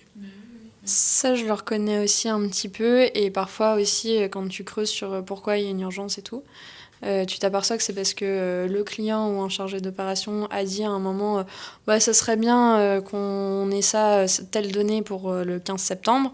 Et en fait, toi, quand tu vas lui demander pourquoi le 15 septembre, c'était genre, je sais pas, je m'étais dit à peu près 2 semaines, et tu dis, en fait, il y a une impossibilité pour telle raison. Et ils disent, ah oui, mais sinon, c'est pour le 30 septembre, en fait, on s'en fiche. Et par contre, derrière, tout le monde s'est mis une énorme charrette pour le 15 septembre, alors que cette date avait été dite de manière complètement comme ça. C'était une parole en l'air pour donner un ordre d'idée, et parfois, juste pour plaire aux clients, on n'ose pas faire des allers-retours et dire... en fait, il se passe ça et c'est pas cohérent et voilà. Et du coup, il y a aussi ce truc d'essayer de plaire aux clients et d'avoir le moins d'objections possible. Ouais, moi, c'est ça que je voulais dire il n'y a pas d'urgence vitale. Généralement, les deadlines, il y a des deadlines, des fois, tu as des entreprises qui peuvent venir qu'à une telle date parce que leur calendrier est fait comme ça. Donc ça, ok, c'est des vrais deadlines. Mais des fois, tu as des deadlines artificielles qui est juste, on a calé une date là. Et en soi, tu la décalerais d'1 mois, ça changerait pas grand-chose au schmilblick. Mais tout le monde se met dans des états de charrette parce que c'est cette date. Et c'est ça que je trouve complètement irrationnel. Mais voilà. Là, je viens de récupérer un chantier. En fait, je suis en train de rouvrir les documents de consultation, de conception du début. Donc, je récupère le chantier qui va se lancer. Et en fait, je m'aperçois que dans les documents, il y a écrit début du chantier prévu pour fin 2020. on est en 2024. Et en fait, il y a eu énormément de problèmes sur ce chantier d'ordre plutôt administratif qui ont fait qu'il y a des consultations qui n'ont pas abouti. Et voilà, donc là, ils ont résolu le problème. Et tu t'aperçois aussi que sur un autre projet en parallèle, là, on a commencé pendant l'été. Et ils veulent un démarrage de chantier pour fin 2024. Et tu sais que c'est absolument pas faisable parce qu'en gros, toutes les phases doivent être faites en une semaine. Après, le client a 2 semaines pour répondre. Et après, nous, on doit refaire les phases en une semaine, ce qui n'est pas tenable, mais on fait comme il demande. Et en fait, quand tu revois d'autres projets en parallèle qui ont pris 4 ans de retard pour des raisons administratives, tu t'aperçois que pourquoi vous voulez commencer en 2024 et dans ces cas-là, pourquoi vous n'avez pas demandé à faire les études en janvier. Et comme ça, on aurait eu le temps de les commencer pour décembre. Mais voilà, tu t'aperçois qu'il y a juste des contraintes de planning qui sont complètement... qui sont fixées de manière aléatoire et sans fondement. Et des fois, le stress vient aussi d'autres choses que d'urgence ou de planning, de juste un client qui te hurle dessus en rayon de chantier, et forcément, des trucs comme ça. Je parle pas par expérience. Mais il y a des trucs complètement extérieurs aussi qui font que des fois, ça se passe mal, quoi. Ouais, et du coup, je pense qu'il faut apprendre à avoir ce recul et que ça vient avec l'expérience. Donc ça, forcément, on l'a pas au début, mais de comprendre d'où vient la pression et si elle est fondée ou pas. Voilà, quelqu'un veut rebondir ? C'était quoi le sujet déjà Mais je sais plus, là j'ai la tête en bouillie, ça fait 2 heures qu'on parle. On peut faire une micro-pause, boire un coup, mais tout net. Non, en vrai, on peut faire une pause parce que là, moi j'ai le. Allez. Est-ce que c'est intéressant de parler de... Enfin, je sais pas si vous avez vu ça aussi. Moi, j'ai vraiment eu un truc pendant très longtemps après avoir commencé à travailler, j'étais vraiment épuisée le soir, j'arrivais à rien, j'étais vraiment genre... Ah oui, le fait d'apprendre un travail, ça me fatiguait vraiment émotionnellement beaucoup. Là, ça commence un tout petit peu à commencer à aller mieux. Et j'ai l'impression que ça avait été un truc assez partagé. Maxence, il nous avait dit que ça avait été pareil pour lui. Qu'il y a plein de gens qui avaient ce truc un peu en commençant à travailler. Il y avait 6 mois ou 1 an où ça allait pas et c'était juste le temps d'apprendre et de se mettre dans le rythme. Moi, je trouve qu'il y a un équilibre à trouver entre fatigue physique et mentale. Moi, je sais qu'en janvier, février, on avait tellement de concours, on faisait tellement d'ordi qu'à la fin, tu rentrais, mais t'étais fatigué, mais genre que mentalement. Et du coup, t'arrivais pas à dormir parce que physiquement, t'étais en forme, tu vois. Ça a fait la même chose pendant mon stage d'archi. Et j'arrivais pas à dormir et je comprenais pas, j'étais en mode mais t'es fatiguée, dors. Et en fait, c'était juste, j'avais pas... Comme je rentrais le soir en étant fatiguée dans ma tête, avec mon cerveau, et ben du coup, ça fonctionnait pas. Moi, c'était vraiment je me sentais pas... Enfin, je sais pas comment dire. J'avais plus d'énergie en rentrant chez moi, j'étais vraiment incapable de faire quoi que ce soit, autre que de m'allonger dans mon canapé à 19h et rien faire. On a beaucoup pas assez. Et moi, ça m'a fait ça, mais moi, c'était vis-à-vis de ma santé mentale, je me suis rendu compte. Parce que tu vois, quand j'étais en semaine de 4 jours, j'ai jamais eu autant de temps et je le rentabilisais pas du tout parce que juste j'étais déprimé du ouf. Et, Oui, moi, Je pense que j'ai eu ça plutôt. et quand ça va pas dans ton taf, c'est fou parce que ça impacte tellement ta vie. Mais j'ai toujours eu l'impression que même pendant mes études, c'était un peu ça. Genre, quand tu rentres de ta journée, moi je suis un peu lobotomisée. C'est soit je renchaîne avec quelque chose, soit si je me pose, je vais reposer. Mais j'ai l'impression que c'était pire qu'en études, moi. Oui, moi j'étais clairement pire qu'en études. Qu'au début, quand j'ai commencé à ne plus travailler le vendredi après, je passais mon vendredi après dans mon canapé à rien faire, genre À j'étais scroller. incapable de me lever, quoi. Moi j'ai les week-ends où ça m'a fait ça entier. Mais Enfin, moi, le truc de procrastination et de spirale d'Instagram, ça me l'a jamais autant fait que cette année, tu vois. Non, pareil. mais moi ça je le mettais plus en lien avec le fait que justement au début je connaissais personne. Et du coup, genre dès que t'as un truc, immédiatement dès que tu sors de chez toi, en fait ça te sort de ce truc-là. Pendant que vous parliez de pourquoi vous faisiez ce travail-là et tout, dans ma tête j'étais vraiment... En fait, je suis une personne pas du tout déconstruite, je me suis jamais posé la question. Genre moi je vais au travail parce qu'il faut le travail, tu vois. Ouais, non, mais après, il faut aussi avoir conscience que toutes les questions qu'on se pose, c'est que globalement, c'est qu'on est plutôt privilégiés que... Je veux dire, moi je me suis pas posée, genre... Moi je crois que je me suis retrouvée un week-end à complètement déprimée et je crois que j'ai appelé ma sœur. Et j'étais en pleurs, genre je savais pas pourquoi, et au bout d'un moment j'ai fait, mais en fait, je sais pas pourquoi. Je crois que le problème c'est que je sais pas, en fait c'est en parlant parce que j'étais déprimée, que la conclusion de mon craquage c'était, je sais pas pourquoi je fais ce que je fais. Mais c'était pas genre en mode réfléchissons... Si ça peut t'aider, moi le week-end, moi je J'ai pas pleure. encore craqué alors, ça va m'arriver. Moi je suis quelqu'un qui pleure pas souvent quand je pleure, c'est vraiment que j'ai atteint un état Voilà, j'ai pleuré régulièrement au téléphone avec mes parents cette année. Et non, mais une fois, la fois que j'ai pleuré le plus, c'était quasiment une journée complète. C'était le lendemain qui est Cléa et tout ça qui nous est annoncé qu'elle allait acheter son appart, etc. Et le lendemain, au début, j'ai pas compris pourquoi je pleurais. Vraiment, j'ai pleuré le lendemain matin. Puis j'ai pleuré chez Leclerc parce que je trouvais pas des falafels, tu vois. Et c'est à ce moment-là que je me suis dit, bah oui, c'est parce que eux, tu vois, ils ont cet objectif et que toi, t'as pas d'objectif. Et là, tu sais pas ce que t'es en train de faire. Enfin, vous voulez qu'on l'enregistre, ce qu'on est en train de dire ou pas? On peut. Non, mais sachant que là, les micros, ils continuent à enregistrer parce qu'ils ont une mémoire interne, donc ça pourrait être. Mais est-ce qu'on les met dans nos mains du coup? On peut continuer. Ça va finir par redevenir très intéressant ce qu'on est en train de se dire. Mais juste faut pas que le micro nous bloque, tu vois. Mais... Moi, j'étais en train de dire que je pense pas que je fasse mon travail dans un objectif précis. En tout cas, je l'ai pas conscientisé. Et que par contre, j'ai l'impression que j'ai des objectifs perso en parallèle de mon travail. Je me dis, c'est pas grave parce que du coup, je les fais en parallèle. Et en fin de compte, je me rends compte que je les fais pas vraiment parce que quand je rentre du taf, je suis fatiguée, j'ai pas l'énergie pour. Et le peu d'énergie que j'ai, je le mets dans des activités. Je fais du sport et des trucs et qui sont pas forcément les objectifs que j'ai envie de faire. Moi, je trouve que ça allait beaucoup mieux après cette petite déprime post-diplôme, à partir du moment où il y a eu l'été.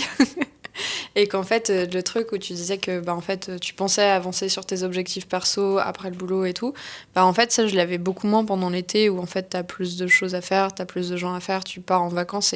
Et en fait, à partir de là, toutes mes questions se sont un peu envolées parce qu'en fait, je kiffais ma vie en dehors du boulot.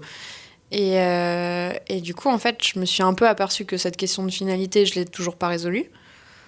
Mais que ça va mieux parce que juste j'ai recentré un peu mes priorités. Alors que je pense que pendant des années, je pensais à m'épanouir par le travail. Là, je m'épanouis dans autre chose. Mais je sais que j'ai pas résolu mon problème et donc ça va sûrement me revenir en plein dans la gueule pendant l'hiver, là. Ou pas, mais... En même temps, je comprends parce que j'avais la même manière de fonctionner et à un moment donné, j'ai relativisé en me disant mais heureusement qu'on n'a pas trouvé genre notre but dans la vie à 25 ans maintenant parce que je pense que ça serait aussi vraiment ultra triste de dire là en fait c'est absolument ça que je veux faire et qu'on n'a pas... On juge personne, ceux qui veulent se marier, avoir des enfants, on non, ne juge non, pas. Je parle pas de ça du tout. C'est d'une tristesse. Non, moi je parle pas du tout de ça, je parle vraiment de la question du taf et tout, et que justement de dire en fait si ton premier boulot c'était vraiment le truc de tes rêves, t'imagines c'est-à-dire qu'il faut que tu passes 40 ans à faire la même chose parce que c'était ça le truc de tes rêves. Et en fait ça m'a fait un peu relativiser sur... non mais en fait tu vas étape par étape et dans ce boulot là t'as appris tel truc et ce truc là t'as plu, ce truc là t'as pas plu, et cette recherche un peu de boulot en boulot et d'expérience en expérience, de ville en ville, je trouve qu'en fait elle rassure un peu aussi de dire au moins j'aurais toujours un truc à chercher, j'ai toujours envie d'aller faire quelque chose de mieux, j'ai toujours envie d'aller apprendre autre chose, alors que si on était vraiment en fait on est encore ultra jeune au final dans le boulot. Et donc après, c'est de se dire, oui, est-ce qu'on est content de ce qu'on... je te le file.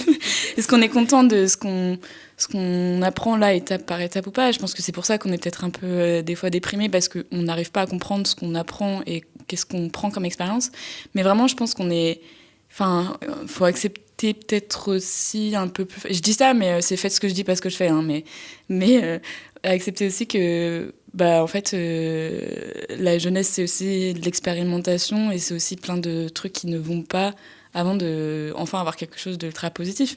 Mais imaginez si notre summum de boulot, c'était notre premier taf. Genre, on serait triste pour jusqu'à la retraite, quoi. Ouais, parce que l'important, finalement, c'est pas la destination.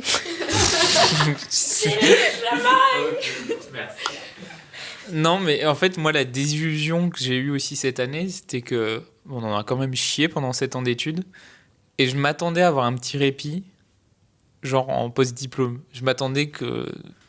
je sais pas où je vais. Non, mais bien sûr, c'est compliqué de se rendre compte que c'est pas ce que tu veux et que c'est quand même ça que tu vas devoir faire. Enfin, en fait, mais en même temps, je pense que si on n'avait pas toutes ces étapes-là, tu n'arrives pas à construire ton profil qui dit qu'effectivement, en fait, le meilleur truc pour toi, pour bosser, c'est ça. Ce que tu as vraiment envie de faire, c'est ça. Je pense que tu as quand même besoin de tester et d'être sûr de toi que non, c'est pas ça, tu vois. Ouais, ça, je suis d'accord. Il faut faire des erreurs. Mais bon, j'avais ce truc de méritocratie intégrée où, tu vois, j'ai bien réussi mes études et tout ça. Donc, c'était un peu la chute de ah, mais en fait, ça sert à rien de bien réussir ses études, quoi. Ça aide pas plus à la vie post-diplôme. Et je me rends compte que le truc de vouloir réussir ses études aussi, c'était me détourner un peu de me poser vraiment les questions de ce que je voulais faire. Et que maintenant qu'il n'y a plus le choix, c'est pas facile. Mais non, je sais plus ce que je voulais dire encore. Moi, tout à l'heure, quand tu parlais de répit, au début, mon premier taf, là, je l'ai un peu vécu comme justement un répit. Genre, bah ok, t'acceptes le truc, tu te poses pas de questions, même si ça correspond pas à 100%. Et en fait, je pense que quand quelques mois après, genre en mars, ça allait pas, c'était vraiment peut-être prise de conscience. En fait, je le savais déjà, mais que je voulais pas d'un répit, ou en tout cas pas d'un répit qui dure trop longtemps. C'est un répit dans le sens où pendant nos études, c'est un peu la course, c'est un peu ce truc de méritocratie, de culture de la charrette, même si on critique, on l'a vachement internalisé quand même. Oui, mais c'est toujours fait ce que je dis, pas ce que je fais. Ouais, et de toujours d'essayer de faire des beaux projets, ça veut dire que t'as un bon architecte et machin. Et ce boulot-là, c'était un peu un répit dans le sens où bah, je kiffe d'avoir mes week-ends où je bosse pas et je pense plus au boulot et tout. Et finalement, justement, ce sentiment de pas être assez stimulé, de pas... j'ai pas la fin de ma phrase, mais...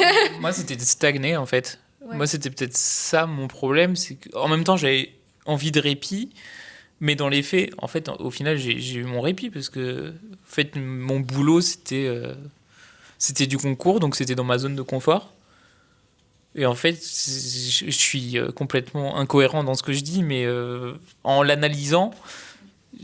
c'était plutôt moi ce qui m'a gêné cette année, c'est de stagner justement. En fait, peut-être que je suis pas à l'aise avec le répit et que j'ai besoin d'être plutôt dans le fait d'avancer en permanence. Mais ça me fait un peu écho à ce qu'on avait dit il y a un an sur la question de la temporalité, enfin où on a l'impression qu'un an pendant les études ça correspond à 5 ans dans le monde pro. Enfin, je sais plus exactement comment on avait formulé ça, mais de dire que finalement on a des chiens. Ouais.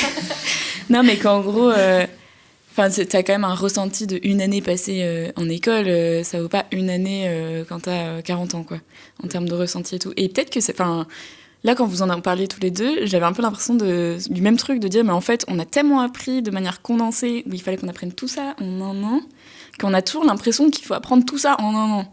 Alors qu'en fait, t'as une évolution qui est peut-être différente, et une dose d'apprentissage qui doit être différente. On a une plasticité du cerveau qui va être différente au fur et à mesure des années. Et peut-être qu'on n'a pas encore cette habitude-là de dire, bah non, mais en fait, c'est peut-être plus courant, commun, je ne sais pas, c'est une vraie question, de moins apprendre, moins rapidement dans le monde pro que ce que tu vas faire à l'école, en université, et qu'on n'est pas encore habitué à ça, et qu'on a encore besoin d'une surstimulation de nouvelles choses, quoi. Oh oui. Et je veux être surstimulé. Bah, retourne faire des études et faire une thèse, hein, si t'as encore besoin de cette... Je vais me réfugier dans les études jusqu'à la fin de mon existence. Non, après, ça, j'ai essayé le monde pro, je déconseille, je n'ai plus envie. Ça, on en parlait hier rapidement aussi, mais je trouve qu'il y a des profils aussi pour faire de la recherche, pour continuer à faire des études et tout. Et si c'est ton profil, on a quand même besoin de profils de chercheurs, on a quand même besoin de profils très théoriciens ou de très académiques, réflexion tout au long de la vie. C'est pas une tare, hein. C'est aussi un très beau métier d'être chercheur et doctorant. Non, mais en vrai, c'est des profils dont on a besoin, donc faut pas, c'est pas blame on you. I'm not to blame. Est-ce qu'on arrête ou... Est-ce que les points sont finis? Est-ce que les points sont finis? Alors, le peuple réclame une réponse. Je vais vous lire les points, madame. Le peuple Madame réclame Salamé. les points. Madame... Je suis en retard. J'avais pas vu l'heure. Eh bien, sinon on marque la fin. Parce que tu dois y aller. Sans moi, non, en vrai. Bisous. Bisous les Drop the Catcher. Les petits cuchos. Non, mais on peut dire qu'on arrête. Ça fait 2h30. Je sais pas, peut-être 10 minutes pour vous au montage quand on a coupé tous les trucs problématiques. Moi, je crois que c'est signe que je peux retourner en archi parce que là, du coup, je viens de regarder, j'ai 35 minutes de route et il me reste un quart d'heure pour être à l'heure. Ouais, ça balance sur les archis. Je peux retourner en architecture, c'est bon. Bon, et en tout cas, merci beaucoup d'avoir fait cet épisode dès 1 an après le diplôme. On a parlé complètement dans le désordre, mais c'est pas grave. C'est le problème de Somme au montage. Tu vas avoir du taf. Et là, on cut sur Somme du montage qui est déprimé et qui fait un commentaire désobligeant. Je suis Somme du montage. On attend cela avec grande impatience. Bon, merci beaucoup. Au revoir. Au revoir. Bisous. À dans 5 ans. Ah. On sera pas chanteur d'opéra en tout cas. Bah, toi. Oui, moi, c'est sûr. Bon. Tu vas avoir tellement de taf.